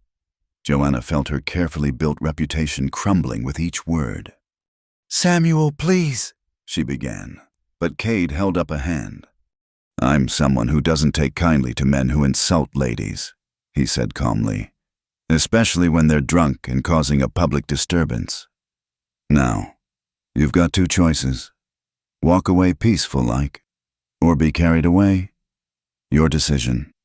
"You threatening me?" Samuel puffed up like an angry rooster. "I'll have you know I'm an important man in St. Louis. I could buy and sell this whole pitiful town." His words cut off abruptly as Cade's fist connected with his jaw. Samuel crumpled like a sack of grain, unconscious before he hit the ground. "Someone want to drag this trash to the jail?" Cade asked conversationally, shaking out his hand. "Sheriff can sort him out in the morning." 2 men volunteered, hauling Samuel away by his arms. The crowd began to disperse, though the whispers intensified. Joanna stood frozen, mortified by the scene. "Come on," Cade said gently, taking her arm. "Let's get you out of here." He guided her away from the festival lights, Timothy trailing behind with a box of unsold candles. They didn't stop until they reached the boarding house garden, where a bench sat beneath an old cottonwood. "Sit," Cade commanded, and she obeyed, her legs suddenly shaky. "Timothy, run and tell Mrs. Halverson that Miss Joanna will be in shortly." He instructed the boy, "and ask her to put some tea on." After the boy scampered off, Cade sat beside her, not touching but close enough that she could feel his warmth. "You all right?" She laughed shakily. "My reputation is in ruins. Everything I've worked for these past weeks, destroyed in 5 minutes by a drunk fool I used to know." "Your reputation is based on your work, not the ravings of some city dandy." His voice was firm. "Folk here have seen what you've built. They know your character." "Do they, or will they only remember the scandal, that woman who had men fighting over her at the Harvest Festival?" I can hear Mrs. Wayland now. "Let her talk. Gladys Wayland's got nothing better to do than flap her gums." He turned to face her more fully. "Joanna, look at me." She raised her eyes to his, finding them full of warmth and something deeper. "You're the strongest woman I've ever met," he said quietly. "You came out here alone, started a business from nothing, won over some of the toughest customers in town. You think one drunk fool's lies are going to undo all that?" "He wasn't entirely lying," she admitted. "There was an understanding between us before my father died. I did leave without telling him. Because he showed his true colors when you needed him most. That's not running away. That's wisdom." His hand covered hers where it rested on the bench. "I'm sorry I hit him, though. Shouldn't have done that in front of everyone. Made more of a spectacle." "I'm not sorry." The words surprised her even as she said them. He deserved it for what he said, and for following me here, trying to claim ownership like I'm some piece of property he misplaced. You're nobody's property. His thumb stroked over her knuckles. You're your own woman. It's one of the things I admire about you. The night air was cool, but where his hand touched hers, she felt only warmth. Music from the festival drifted on the breeze, mixing with the rustle of cottonwood leaves. "What were you going to tell me earlier?" she asked. "During the dance." He was quiet for a long moment. Then, the hunting trip gave me time to think. About the ranch, about the future, about how empty that cabin feels when I come home to it. He took a breath. "I'm not good with words, Joanna, but I need you to know you've brought something back to life in me. Something I thought died with Mary." Her heart pounded so hard she was sure he must hear it. "Cade." "I'm not asking for anything you're not ready to give," he said quickly. "I know you've got your business to think of, your independence. I respect that. But I wanted you to know where I stand, in case it matters." "It matters," she whispered. "It matters more than you know." He turned their joined hands over, studying the way her smaller fingers interlaced with his. "That fellow tonight, Samuel, were you in love with him?" "I thought I was, once. But looking back, I think I was more in love with the idea of security, of belonging somewhere." She squeezed his hand. "What I feel now, it's different, deeper, more real." "What you feel now?" His voice was rough with hope. Before she could answer, "Mrs." Halverson's voice called from the boarding house door. "Miss Candler, your tea is ready."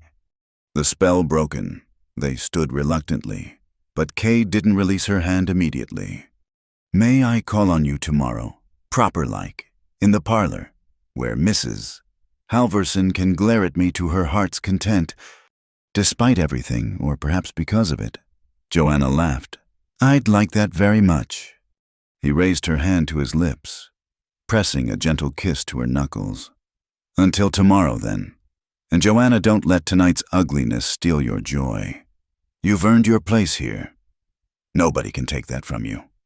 As she watched him disappear into the darkness, Joanna felt a strange peace settle over her. Yes, there would be gossip tomorrow. Yes, Samuel's appearance had complicated things. But Cade was right. She'd built something real here, something that couldn't be destroyed by one man's drunken accusations. And now she had something else to build on, something tender and new and full of promise. Whatever tomorrow brought, she would face it with her head high and her heart open. Mrs. Halverson was waiting in the parlor with tea and, surprisingly, a plate of cookies. "Eventful evening, I hear." "You could say that." Joanna sank into a chair, suddenly exhausted. "That young man from St. Louis won't be troubling you again. Sheriff McKay is an old friend. He'll see the fool gets on the first stage out of town." The landlady's eyes were kind. "And as for the rest, well, any woman worth her salt has at least one man make a fool of himself over her. The fact that Cade Langston was willing to defend your honor publicly, that speaks well of his intentions. People will talk. People always talk. What matters is what you do, not what they say." Mrs. Halverson poured the tea with steady hands. "Now drink up and get some rest. Something tells me tomorrow will bring its own adventures." As Joanna climbed the stairs to her room, she reflected that the landlady was probably right. But for the first time since arriving in Broken Bluff, she wasn't facing tomorrow alone. She had friends. She had work she was proud of, and she had Cade. The candle in her window flickered as she prepared for bed, casting dancing shadows on the walls. Like her own life, it burned steady and true despite the winds that tried to extinguish it. And like that flame, she would continue to shine, no matter who tried to dim her light. The news arrived on a cold Tuesday morning, 3 weeks after the Harvest Festival. Joanna was carefully unmolding a batch of pine-scented candles when Sheriff McKay appeared at her workshop door, his weathered face grim beneath his wide-brimmed hat. "Miss Candler, might I have a word?" She set down her tools, wiping her hands on her apron. "Of course. Sheriff, what can I do for you?" "It's about that fellow from St. Louis, Samuel Hendricks." The sheriff shifted uncomfortably. "Got a telegram this morning from a Pinkerton detective. Seems Mr. Hendricks has been making claims about you back east.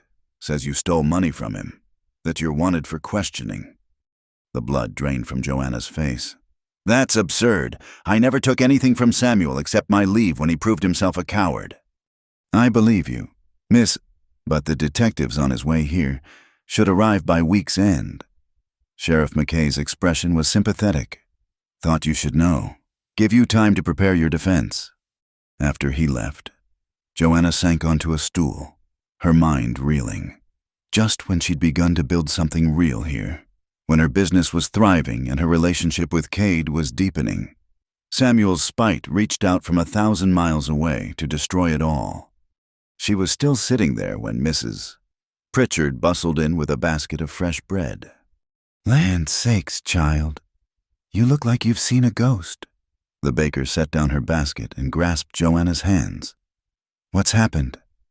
Joanna explained, her voice growing stronger with each word. By the time she finished, Mrs. Pritchard's usually cheerful face was thunderous. "That snake using his money and connections to harass you because his pride got bruised." She squeezed Joanna's hands. "Don't you worry. This town knows your character. We won't let some city detective railroad you." But as news spread through Broken Bluff, reactions were mixed. Some, like Mrs. Pritchard and Reverend Dawes, stood firmly in Joanna's corner. Others, particularly Mrs. Wayland and her circle, whispered that where there was smoke, there must be fire. Cade arrived that evening. Having ridden hard from his ranch after hearing the news, he found Joanna in the boarding house parlor, trying unsuccessfully to focus on her account ledger. "Pack your things," he said without preamble. "You can stay at my place until this blows over." "I can't do that." She kept her voice low, aware of other boarders nearby. "Running would make me look guilty. Besides, staying unchaperoned at your cabin would destroy what's left of my reputation." "Hang reputation." His green eyes blazed. "I won't have you facing this alone." "I'm not alone."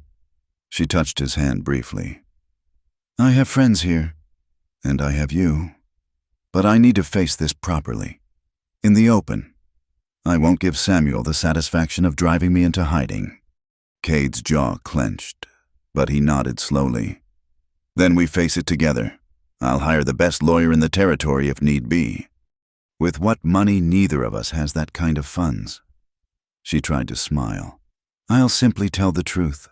I took nothing but what was mine, my father's tools, my personal belongings, the small inheritance that remained after his debts were paid." "The truth doesn't always matter when money and influence are involved," Cade said darkly. "Samuel Hendricks sounds like the kind of man who's used to buying whatever verdict he wants." Over the next days, the town divided into camps. Joanna continued working, filling orders with hands that trembled only slightly, but she noticed the sideways glances, the conversations that stopped when she entered the general store. Some customers canceled orders, others, defiantly, placed new ones. The detective arrived on Friday's stage, a thin, sharp-faced man named Cornelius Pratt, who took a room at the hotel and immediately began his investigation. He interviewed shopkeepers, questioned Mrs. Halverson at length, and sat in the cafe taking notes while townsfolk gossiped around him. On Saturday, he appeared at Joanna's workshop. "Miss Candler, I'm Detective Pratt. I believe you know why I'm here." "Please, come in." She kept her tone civil, though her stomach churned. "Would you like some tea?" "No refreshment, thank you. This isn't a social call." He pulled out a notebook. "Mr. Samuel Hendricks claims you absconded with $300 that belonged to him, as well as valuable business documents." "That's a lie." She met his gaze steadily.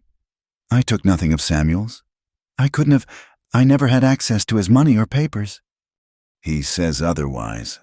Says you had an understanding, that he gave you money to help settle your father's affairs with the expectation of marriage. He gave me nothing.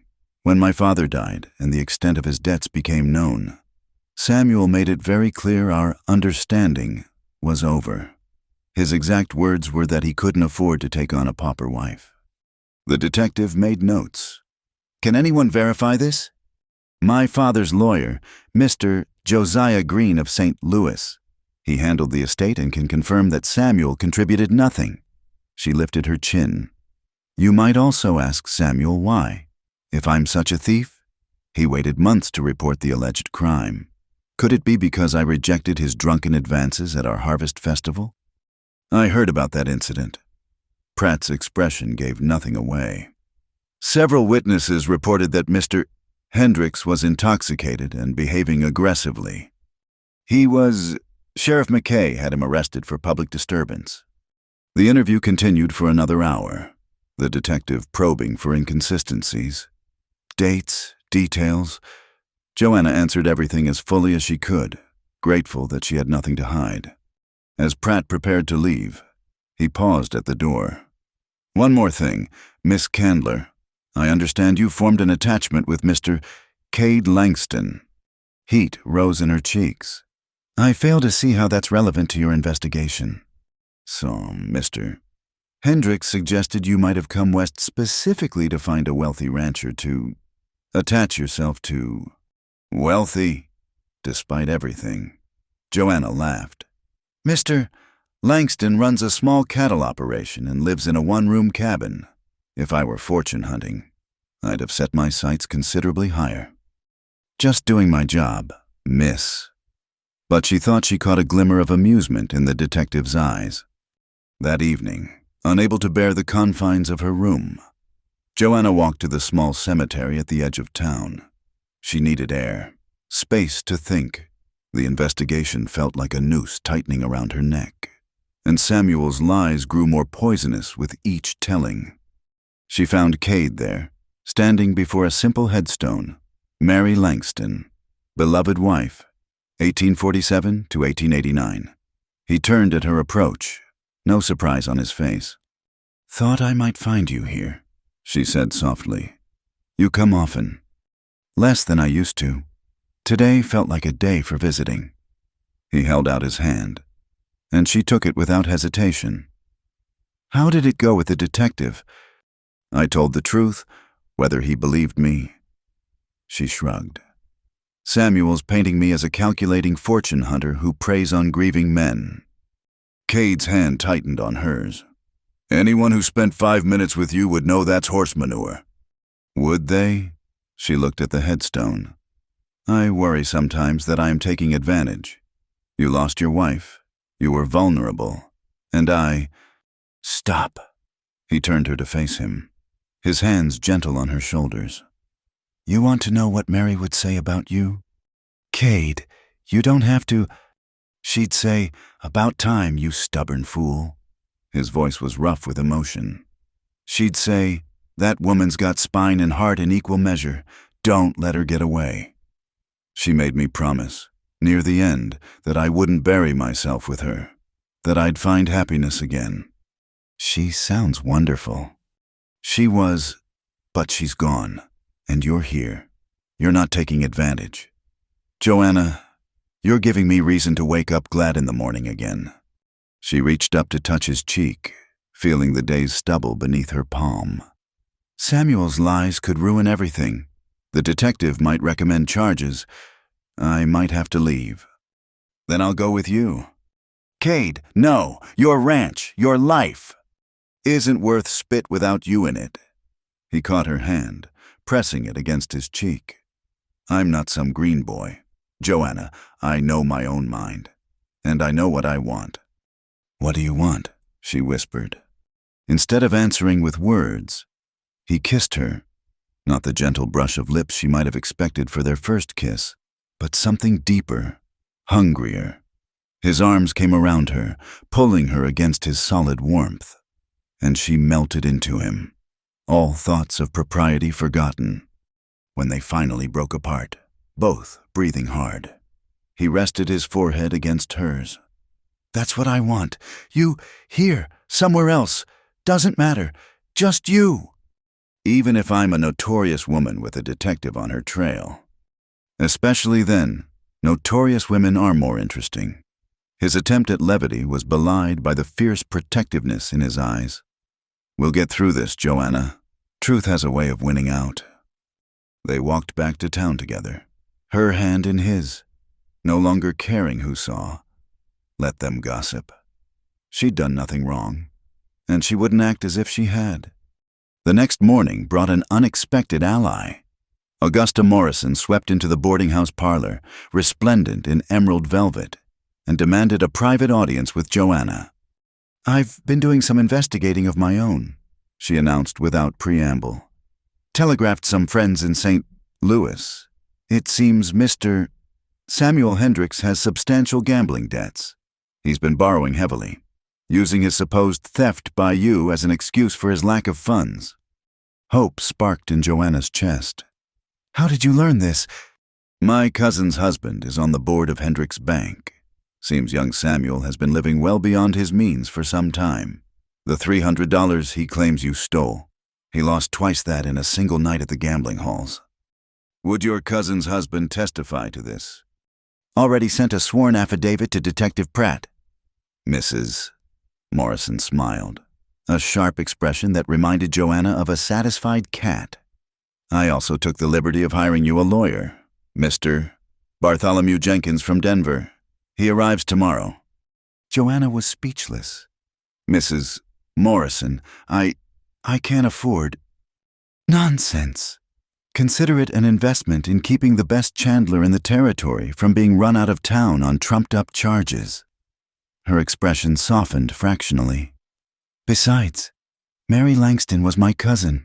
She'd haunt me something fierce if I let that fool Hendricks destroy her husband's chance at happiness."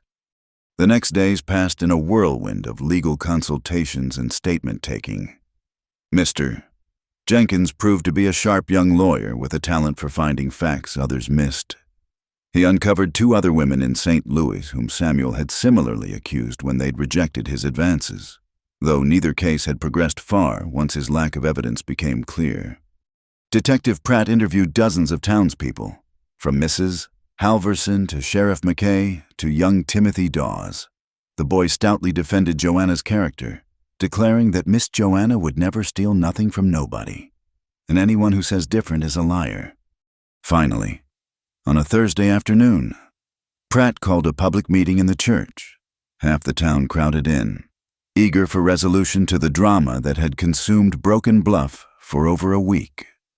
After thorough investigation, the detective began, his voice carrying clearly, "I find no evidence to support Mr. Hendricks' claims against Miss Candler.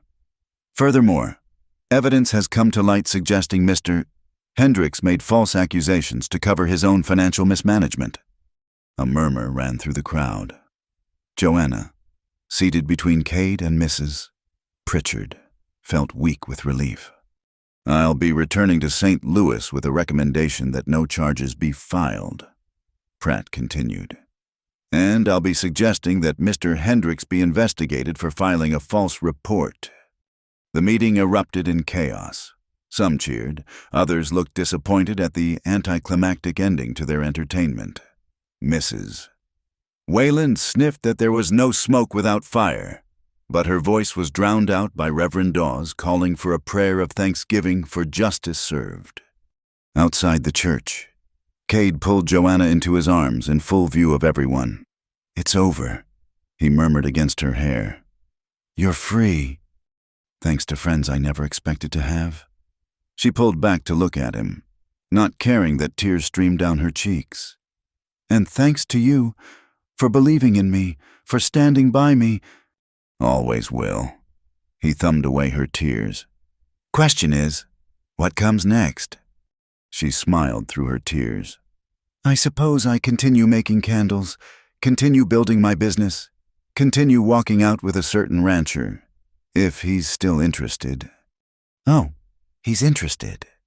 Cade's grin was wide and genuine. Might even be convinced to dance again at the Christmas social, if asked nicely. As the crowd dispersed around them, offering congratulations and apologies in equal measure, Joanna felt something settle in her chest.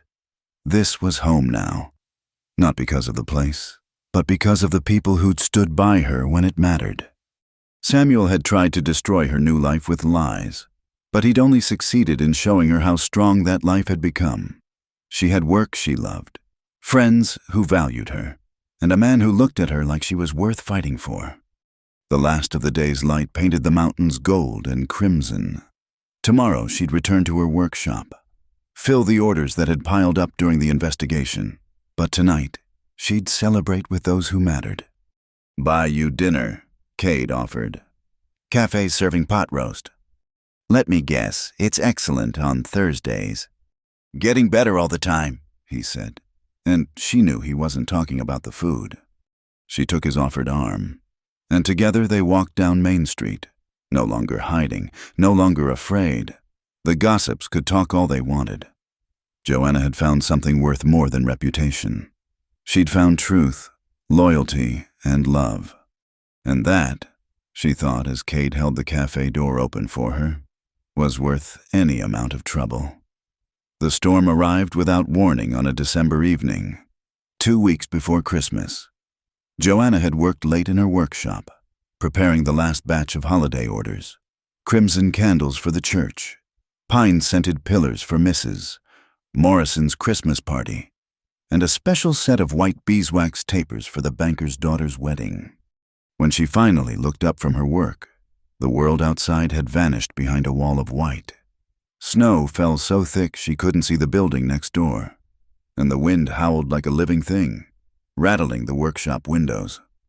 "Lord have mercy," she whispered, moving to the door. The snow had already piled knee-deep against it, and more fell every second. There'd be no walking back to the boarding house in this. She had wood for the stove and water in the kettle, but no food beyond a few crackers in her lunch pail. Worse, she'd sent Timothy home hours ago with a note for Mrs. Halverson saying she'd be working late. No one would expect her back or come looking until morning. Resigned to an uncomfortable night, she stoked the fire and settled into the old rocking chair she'd bought from the general store. At least she'd be warm and dry. Others caught in this storm might not be so fortunate. The thought had barely formed when the door burst open, bringing a blast of snow and wind and Cade, looking more like a snow sculpture than a man. Ice crusted his eyebrows and beard, and his duster was stiff with frozen snow. "Cade!" She rushed to help him inside, fighting the wind to close the door. "What are you doing out in this?" "Came to town for supplies," he said through chattering teeth. "Storm hit while I was at the blacksmith. Saw your light on." He was shivering violently, his lips tinged blue. "Figured you might be stuck." "Get those wet clothes off," she ordered, already moving to stoke the fire higher. "There are some old blankets in the storage room." "Can't. Hands won't work right." Without thinking, she began unbuttoning his frozen coat, peeling away the ice-stiffened layers. His shirt underneath was soaked through, clinging to his skin. She hesitated only a moment before working those buttons too, trying not to notice the solid planes of his chest, the scars that marked a life of hard work. "Joanna," he mumbled, "this ain't proper." "Neither is freezing to death for the sake of propriety." She wrapped a blanket around his shoulders, rubbing briskly to restore circulation. "Sit by the fire. I'll make tea." By the time she'd brewed strong tea with plenty of sugar, some color had returned to his face. He sat hunched by the stove, the blanket draped around him like a cape, looking oddly vulnerable. "Better?" she asked, pressing a hot mug into his hands. "Much." He took a grateful sip. "Though I'm starting to realize the impropriety of the situation. You, me, alone in a storm. Would you prefer I'd let you freeze on the doorstep?" She tried for lightness, though her heart was racing. They'd been carefully proper in their courtship these past weeks. Chaperoned walks, public dinners, nothing more than held hands and that one burning kiss in the cemetery. "No." His green eyes found hers over the mug. Just don't want to compromise your reputation. You've worked too hard to build it back. My reputation survives Samuel's lies. It can survive a blizzard. She settled into the chair across from him. Besides, only a fool would venture out in this weather. We're likely the only ones awake in the whole town. They sat in companionable silence, listening to the storm rage outside.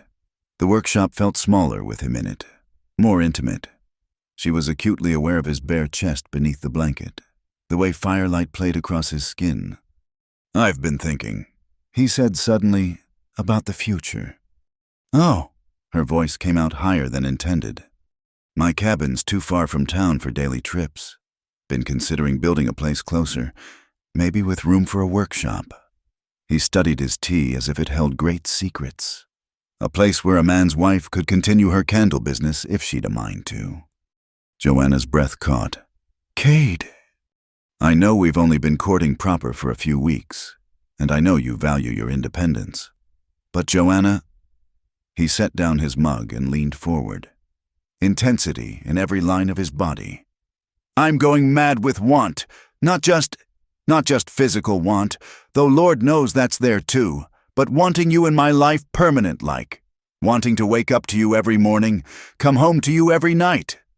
You're proposing, her voice was barely a whisper. I'm proposing.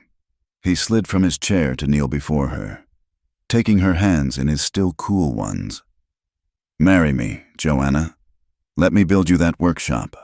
Let me give you a home where you'll never be cold or alone again. Let me love you the way you deserve to be loved. She couldn't speak past the lump in her throat, could only stare at this man who'd saved her life, defended her honor, believed in her when others doubted. I know I'm not much, he continued, misreading her silence. A small ranch, a simple life. You could do better. Stop. She found her voice at last. Cade Langston, you're worth 10 of Samuel Hendricks or any city gentleman. You're kind and strong and loyal. You make me feel safe and valued and wanted. Not for what I could bring to a marriage, but for who I am. Is that a yes? Instead of answering with words, she leaned down and kissed him. Unlike their first kiss, this was slow and sweet, full of promise rather than desperation. His arms came around her, pulling her down from the chair until she was kneeling with him on the floor, wrapped in the shared warmth of the blanket. Yes, she whispered against his lips. Yes, I'll marry you.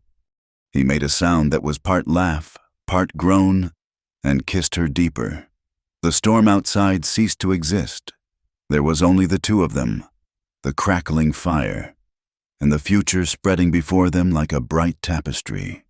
When they finally drew apart, both breathing unsteadily, Cade rested his forehead against hers. We should probably maintain some propriety, storm or no storm. Probably, she agreed, making no move to increase the distance between them. Though we are engaged now. Still, he pressed one more kiss to her forehead, then helped her to her feet. I'll sleep by the stove. You take the chair. Don't be ridiculous. We'll share the blankets for warmth. Purely practical. At his raised eyebrow, she added, we'll remain fully clothed, and you'll stay on your side of the blanket. Surely engaged couples have weathered storms together before.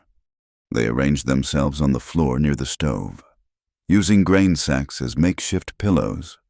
True to their word, they maintained a careful distance, though Joanna was intensely aware of every breath he took, every slight movement. Tell me about the house you'll build, she said softly. Our house. 2 stories, he began, his voice rumbling in the darkness. With a proper parlor for receiving guests and a big kitchen with windows facing east for morning light. Your workshop attached but separate, so the smells don't compete. A garden plot for vegetables and herbs. Children's rooms, she asked daringly. His hand found hers in the darkness. As many as you want. Boys to help with the ranch. Girls to learn your trade if they've a mind to.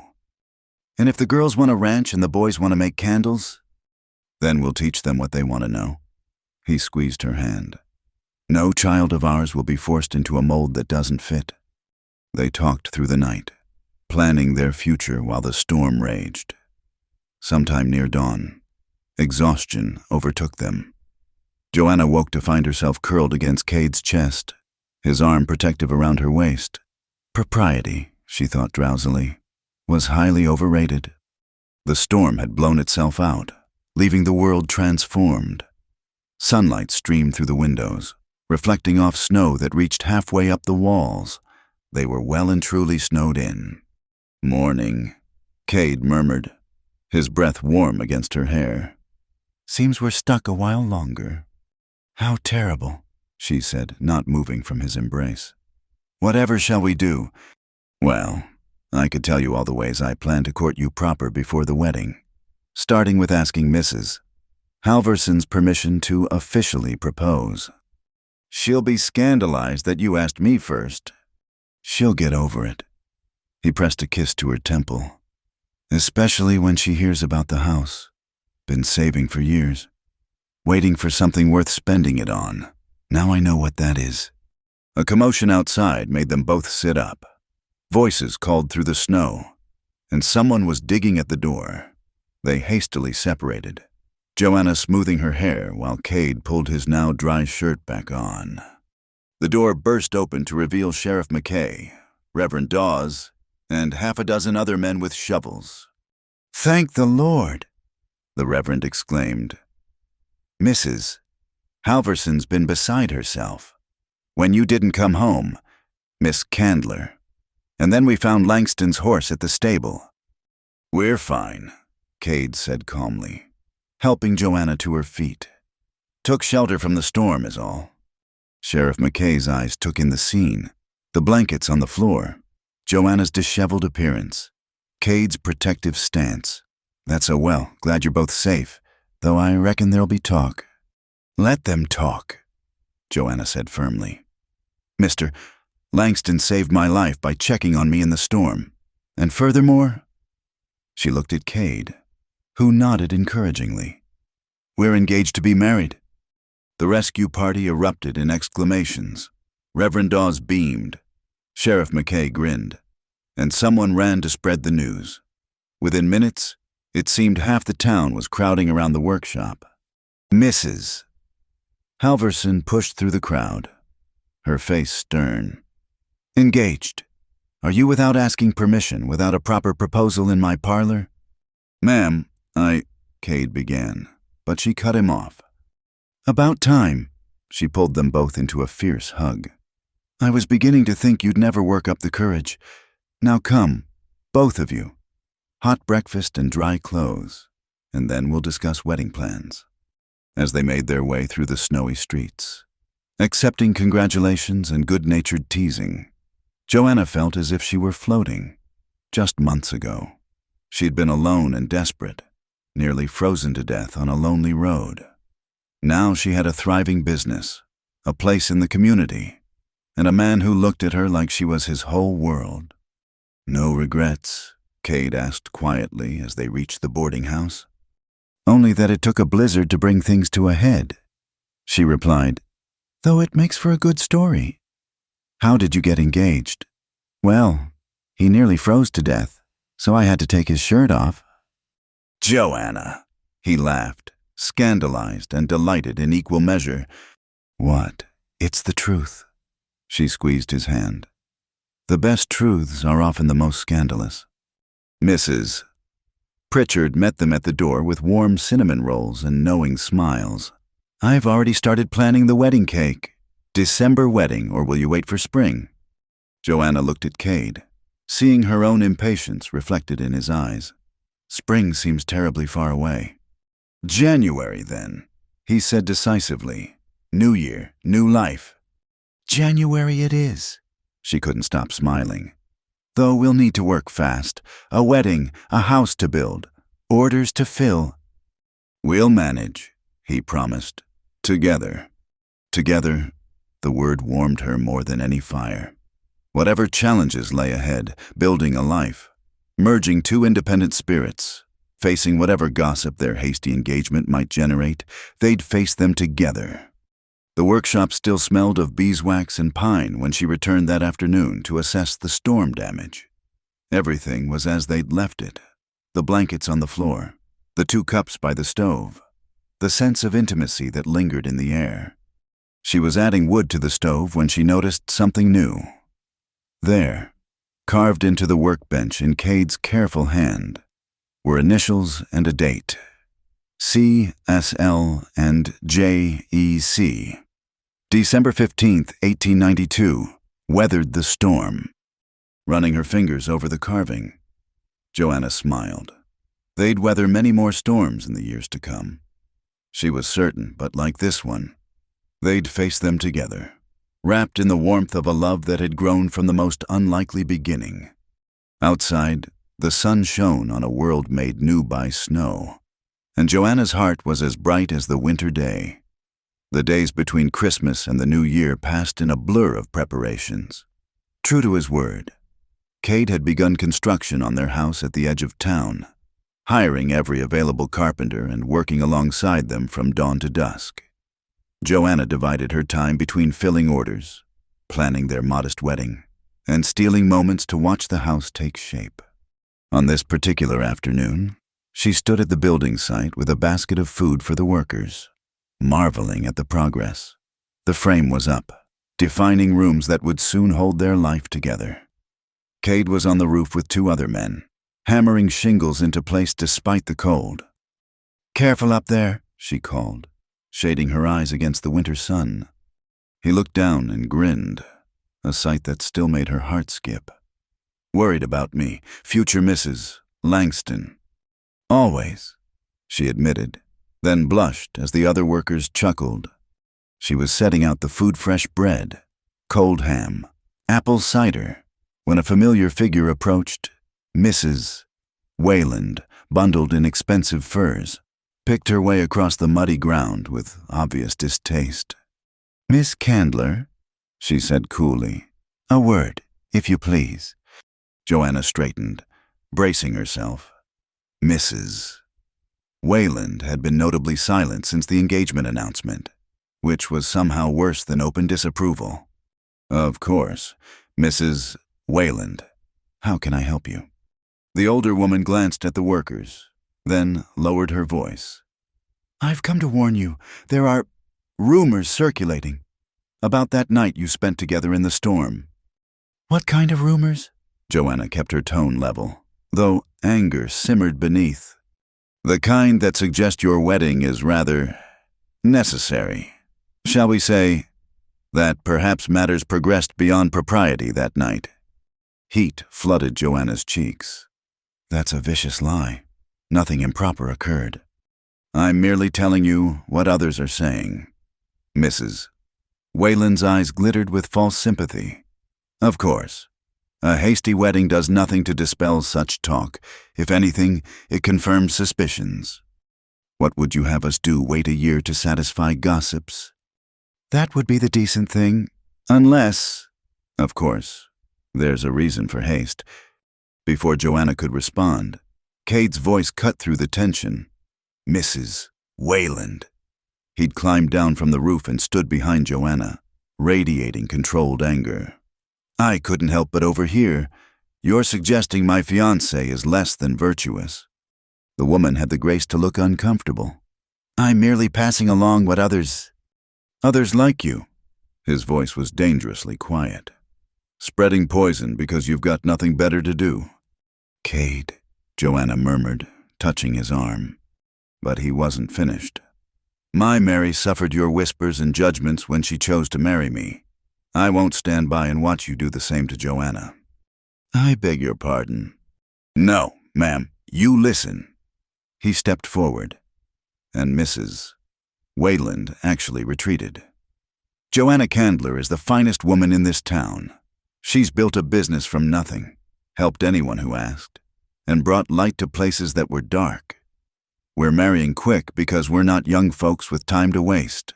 Every day we're apart is a day we don't get back." His work-roughened hand found Joanna's, squeezing gently. "And if you or anyone else wants to make something ugly out of that, then you're showing your own character, not hers." "Mrs. Wayland's face had gone pale, then red. Well, I never... No, Cade agreed. You never built anything with your own hands. Never started over with nothing but courage. Never had to prove yourself every single day. So maybe you should think on that before you go spreading tales about those who have... The woman turned on her heel and stalked away, her expensive boots slipping in the mud. The workers, who'd stopped to watch the confrontation, burst into spontaneous applause. That was magnificent. Joanna breathed. Also possibly unwise, she has influence. Not as much as she thinks. Mrs. Morrison's voice made them both turn. The banker's wife approached with a satisfied smile. I was coming to see the house progress and couldn't help overhearing, well said, Mr. Langston. Gladys Wayland needs taking down a peg now and then. She surveyed the house frame with approval. It's going to be lovely. And speaking of lovely, Joanna, I've had a thought about your wedding dress. The rest of the afternoon passed pleasantly, with Mrs. Morrison offering to loan Joanna her own wedding dress, an elegant creation of ivory silk that would need only minor alterations. By the time Joanna returned to her workshop, her heart felt light despite Mrs. Wayland's attempted poisoning. She found Timothy Dawes waiting for her, practically bouncing with excitement. Miss Joanna Grandpa says I can be in your wedding. Can I carry the rings? I promise I won't drop them. Of course you can. She ruffled his hair affectionately. Though we'll tie them to the cushion just to be safe. As they worked together, Timothy helping her package candles for shipment, she reflected on how much had changed. The boy who'd been her first real friend in town would stand with them as they pledged their lives together. It felt right, like completing a circle. That evening, Cade arrived at the boarding house for their now traditional supper in Mrs. Halverson's parlor. The landlady had become their fiercest champion, defending their quick engagement to anyone who dared question it in her presence. 3 more days, Cade said quietly as they sat by the fire after the meal. Having second thoughts. Only about waiting even that long? Joanna admitted, though I do wonder. What? Will it be strange going from this courtship, anticipation, to ordinary married life? He turned to face her fully, his expression serious. There's nothing ordinary about you, Joanna Candler, and there'll be nothing ordinary about our life together. But the daily routines, the familiarity, you think familiarity will make me want you less? His voice dropped, sending shivers down her spine. Every time I learn something new about you, I just want to know more. The way you hum when you're concentrating, how you bite your lip when you're calculating prices, the little sound you make when you're surprised. I don't make a sound, she protested. You do, he grinned.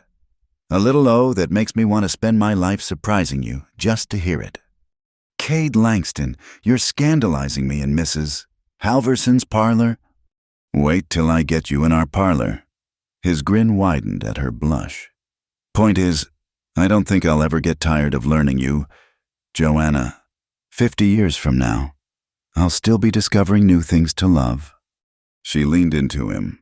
Propriety be hanged. I love you too, so much it frightens me sometimes. Nothing frightening about it. He kissed her forehead. It's the bravest thing in the world. Letting someone in. You taught me that. They sat in comfortable silence until Mrs. Halverson's pointed cough from the doorway reminded them of the time. As Cade prepared to leave, he paused at the door. I've got something for you, wedding present, but I want you to have it now. He pulled a small wrapped package from his coat. Inside was a brass key on a blue ribbon. To the house, he explained.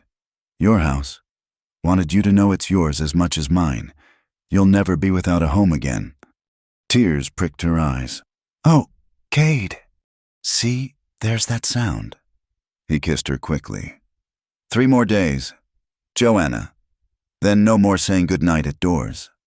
The next days flew by in final preparations. The house was nearly complete, at least complete enough for habitation.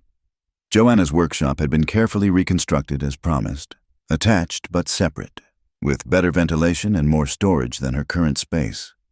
The night before the wedding, she stood in her old workshop, carefully packing her tools and molds. So much had happened in this small space.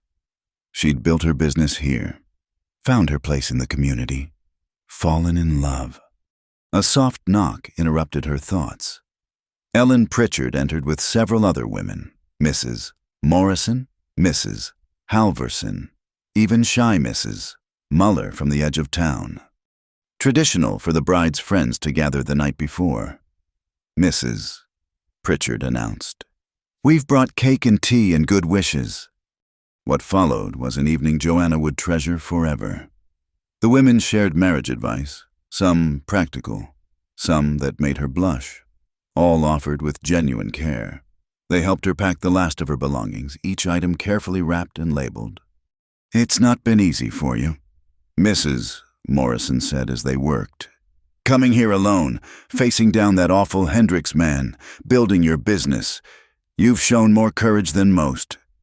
"I had help," Joanna said, looking around at their faces. "I couldn't have done it without all of you." "That's what community is," Mrs. Halverson said gruffly. "We support each other. Tomorrow you become fully one of us, a married woman of Broken Bluff. But you've been ours since the day you stood up to Gladys Wayland in the general store." As the evening wound down and the women prepared to leave, each one hugged Joanna and whispered private blessings. Even Mrs. Muller, who spoke little English, pressed a small carved wooden heart into her hands. Alone in her room for the last time, Joanna held Cade's key and looked out at the stars. Tomorrow she would walk down the aisle of the little church where she'd first found acceptance. Tomorrow she would pledge herself to a man who'd seen her at her lowest and lifted her up. Tomorrow her new life would truly begin. A year ago, she'd been desperate and alone, watching her father's business fail, watching Samuel reveal his true nature. Now she had work she loved, a place she belonged, and a love she'd never dared dream of. She thought of Mary Langston, the woman she'd never met but whom she'd heard so much about. "Thank you," she whispered to the stars, "for loving him first, for making him the man who could love again. I promise to take care of him." The wind whispered around the boarding house, but it was a gentle sound now. Not the harsh howl of that night on the prairie. Everything had changed because one good man had refused to leave a stranger in the cold. Tomorrow couldn't come fast enough. She pressed the key to her lips, then tucked it under her pillow. One more night of sleeping alone. One more night of being Joanna Candler, independent woman. Tomorrow she would become Joanna Langston, but she wouldn't lose herself in the transformation. Cade wouldn't want that. He'd fallen in love with the woman who made her own way, who stood up for herself, who built beauty from wax and flame. Their life together would be a partnership of equals, each bringing their own strength to the union. It was more than she'd dared hope for when she'd stepped off that stagecoach into uncertainty. As sleep finally claimed her, Joanna smiled. Let Mrs. Wayland and her ilk whisper. Let them count the months and speculate. She and Cade would be too busy building their life to care, a life filled with love, laughter, and the knowledge that they'd chosen each other not from desperation or propriety, but from the simple, powerful recognition of having found their match. The candle in her window burned steady and true, a beacon in the darkness. Tomorrow it would light a new home, a new chapter, a new beginning for two souls who'd weathered their storms and found safe harbor in each other. The first day of January 1893 dawned clear and bright, with fresh snow sparkling like scattered diamonds across Broken Bluff. Joanna stood before the mirror in Mrs. Halverson's best guest room, hardly recognizing the woman who gazed back at her. Mrs. Morrison's ivory silk wedding dress fit as if it had been made for her, and Ellen Pritchard had woven small white flowers into her dark hair. "You look beautiful, Mrs. Halverson said gruffly, dabbing at her eyes with a handkerchief. "Like you stepped out of a fairy tale." "I feel like I'm in one," Joanna admitted, smoothing the silk with trembling hands. "A year ago, I was nobody. Now you're exactly who you were meant to be." The landlady adjusted Joanna's veil with gentle fingers. "Ready." The walk to the church seemed both endless and far too short. The entire town had turned out, lining the snowy streets to watch the woman who'd arrived with nothing marry the man who'd saved her life. Even Mrs. Wayland was there, though she stood at the back, her expression unreadable. At the church door, Reverend Dawes waited with a warm smile. "Your groom is already inside, pacing like a caged mountain cat. Shall we put him out of his misery?" The doors opened, and Joanna's breath caught. The small church was transformed with candles, dozens of them, all made by her own hands over the past week. They lined every surface, filling the space with golden light and the subtle scent of beeswax and pine. But it was Cade who drew her gaze and held it. He stood at the altar in a new black suit, his hair neatly combed, his face freshly shaved. But it was the look in his sage-green eyes that made her heart race, a combination of wonder, love, and fierce possession that said she was his and he was hers, from this moment forward. Timothy Dawes walked before her, carrying the rings on a blue cushion with all the solemnity of his 12 years. The congregation rose as she entered, but Joanna saw only Cade, waiting for her at the end of the aisle like the answer to every prayer she'd never dared voice. Sheriff McKay, who'd volunteered to give her away in place of the father she'd lost, offered his arm.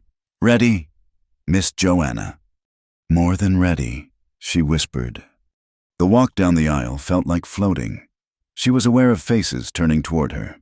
Mrs. Pritchard crying openly. Mrs. Morrison nodding approval. Young couples holding hands and remembering their own vows. But mostly she was aware of Cade, his eyes never leaving her face, his hand reaching for hers before she'd even arrived at his side. "Dearly beloved," Reverend Dawes began, his voice carrying clearly through the candlelit space. "We are gathered here on this first day of a new year to witness something precious, the joining of two lives that were always meant to find each other." The ceremony was simple but heartfelt. When it came time for the vows, Cade's voice was rough with emotion. "Joanna May Candler, you came into my life like spring after the longest winter. You woke me up, made me remember what it felt like to hope again. I promised to love you, protect you, and support your dreams as if they were my own. I promised to never dim your light, but to help it shine brighter. From this day forward, you'll never face another storm alone." Joanna had to blink back tears before she could speak. "Cade Matthew Langston, you saved my life in more ways than one. You showed me that strength can be gentle, that love can be both comfortable and thrilling. I promise to stand beside you through whatever comes, to make our house a home, to fill our days with laughter and our nights with peace. You gave me shelter when I had none. Now I give you my heart for shelter in return." "The rings," Reverend Dawes prompted. Timothy stepped forward proudly, only wobbling slightly. The simple gold bands gleamed in the candlelight as Cade slipped hers onto her finger. "With this ring I thee wed," he said, his eyes locked on hers. "And with it all my worldly goods I thee endow. With this ring I thee wed." Joanna repeated, sliding the band onto his calloused finger. "And with it all my love I thee give. By the power vested in me by God and the territory of Montana," Reverend Dawes announced, beaming. "I now pronounce you husband and wife. Cade, you may kiss your bride." The kiss was nothing like their previous stolen moments. This was a claiming, a promise, a seal on their new life.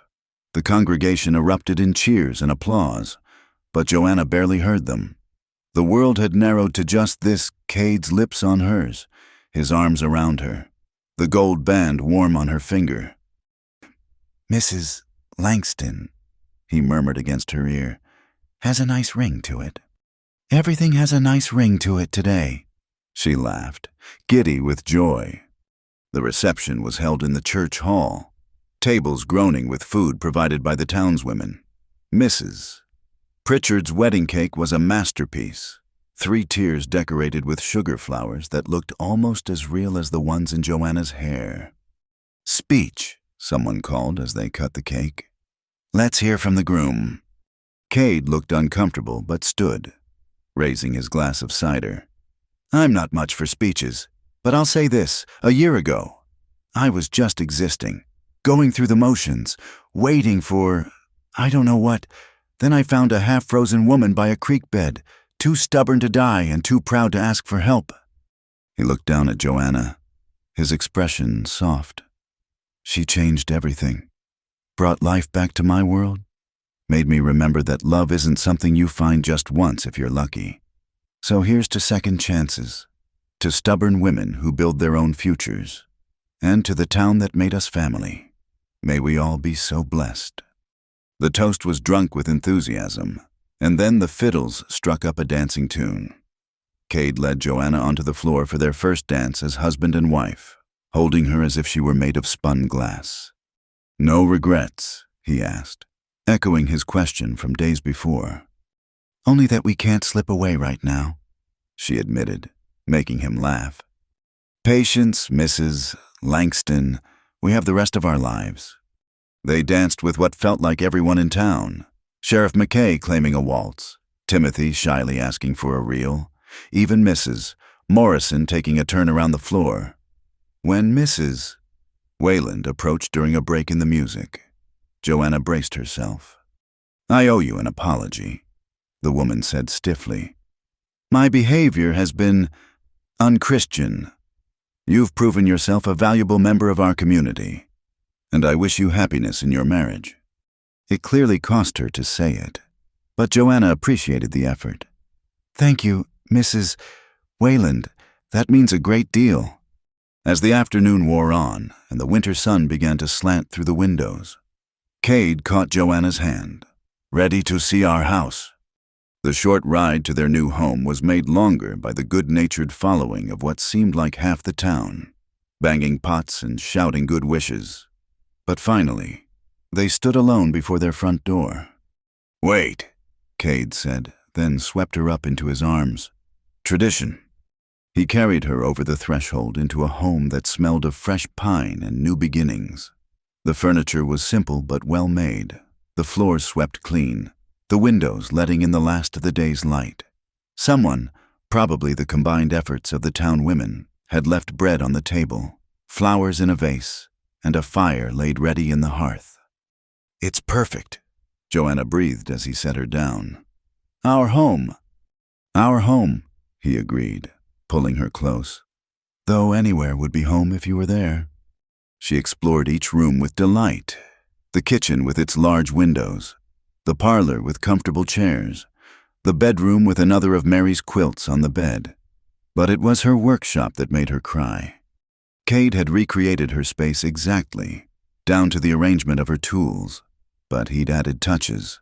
Better shelving, a window seat where she could rest, a small stove just for melting wax. On the workbench sat a wooden sign, "Langston Candle Company, J. Langston, Proprietor." "You didn't have to change your business name," he said uncertainly. "Just thought—" She silenced him with a kiss. "It's perfect. Everything is perfect. You're perfect." "Far from it," he laughed. "But I'm yours, imperfections and all."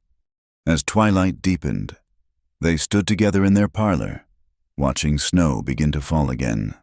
The house was warm and snug, filled with the promise of years to come. Children's laughter, family dinners, quiet evenings by the fire.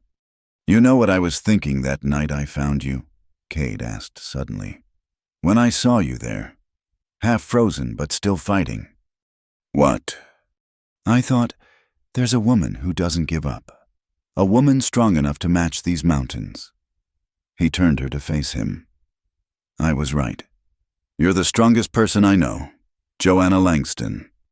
"I had to be strong," she said softly. "It led me to you." They stood there as darkness fell. Two people who'd found each other against all odds. Outside, Broken Bluff settled into winter evening. Smoke rising from chimneys, families gathering for supper. But inside the Langston house, The candles burned bright beacons of hope, symbols of a love that had grown from the most unlikely beginning. "Welcome home, Mrs. Langston," Cade murmured against her hair. "Welcome home, Mr. Langston," she replied, and meant it with every fiber of her being. This was home, not just the house, but the life they'd built together, a life of hard work and simple pleasures, of mutual respect and deep love, a life where a woman could be both wife and businesswoman, where a man could be both strong and gentle, where two damaged hearts could heal each other and create something new and beautiful.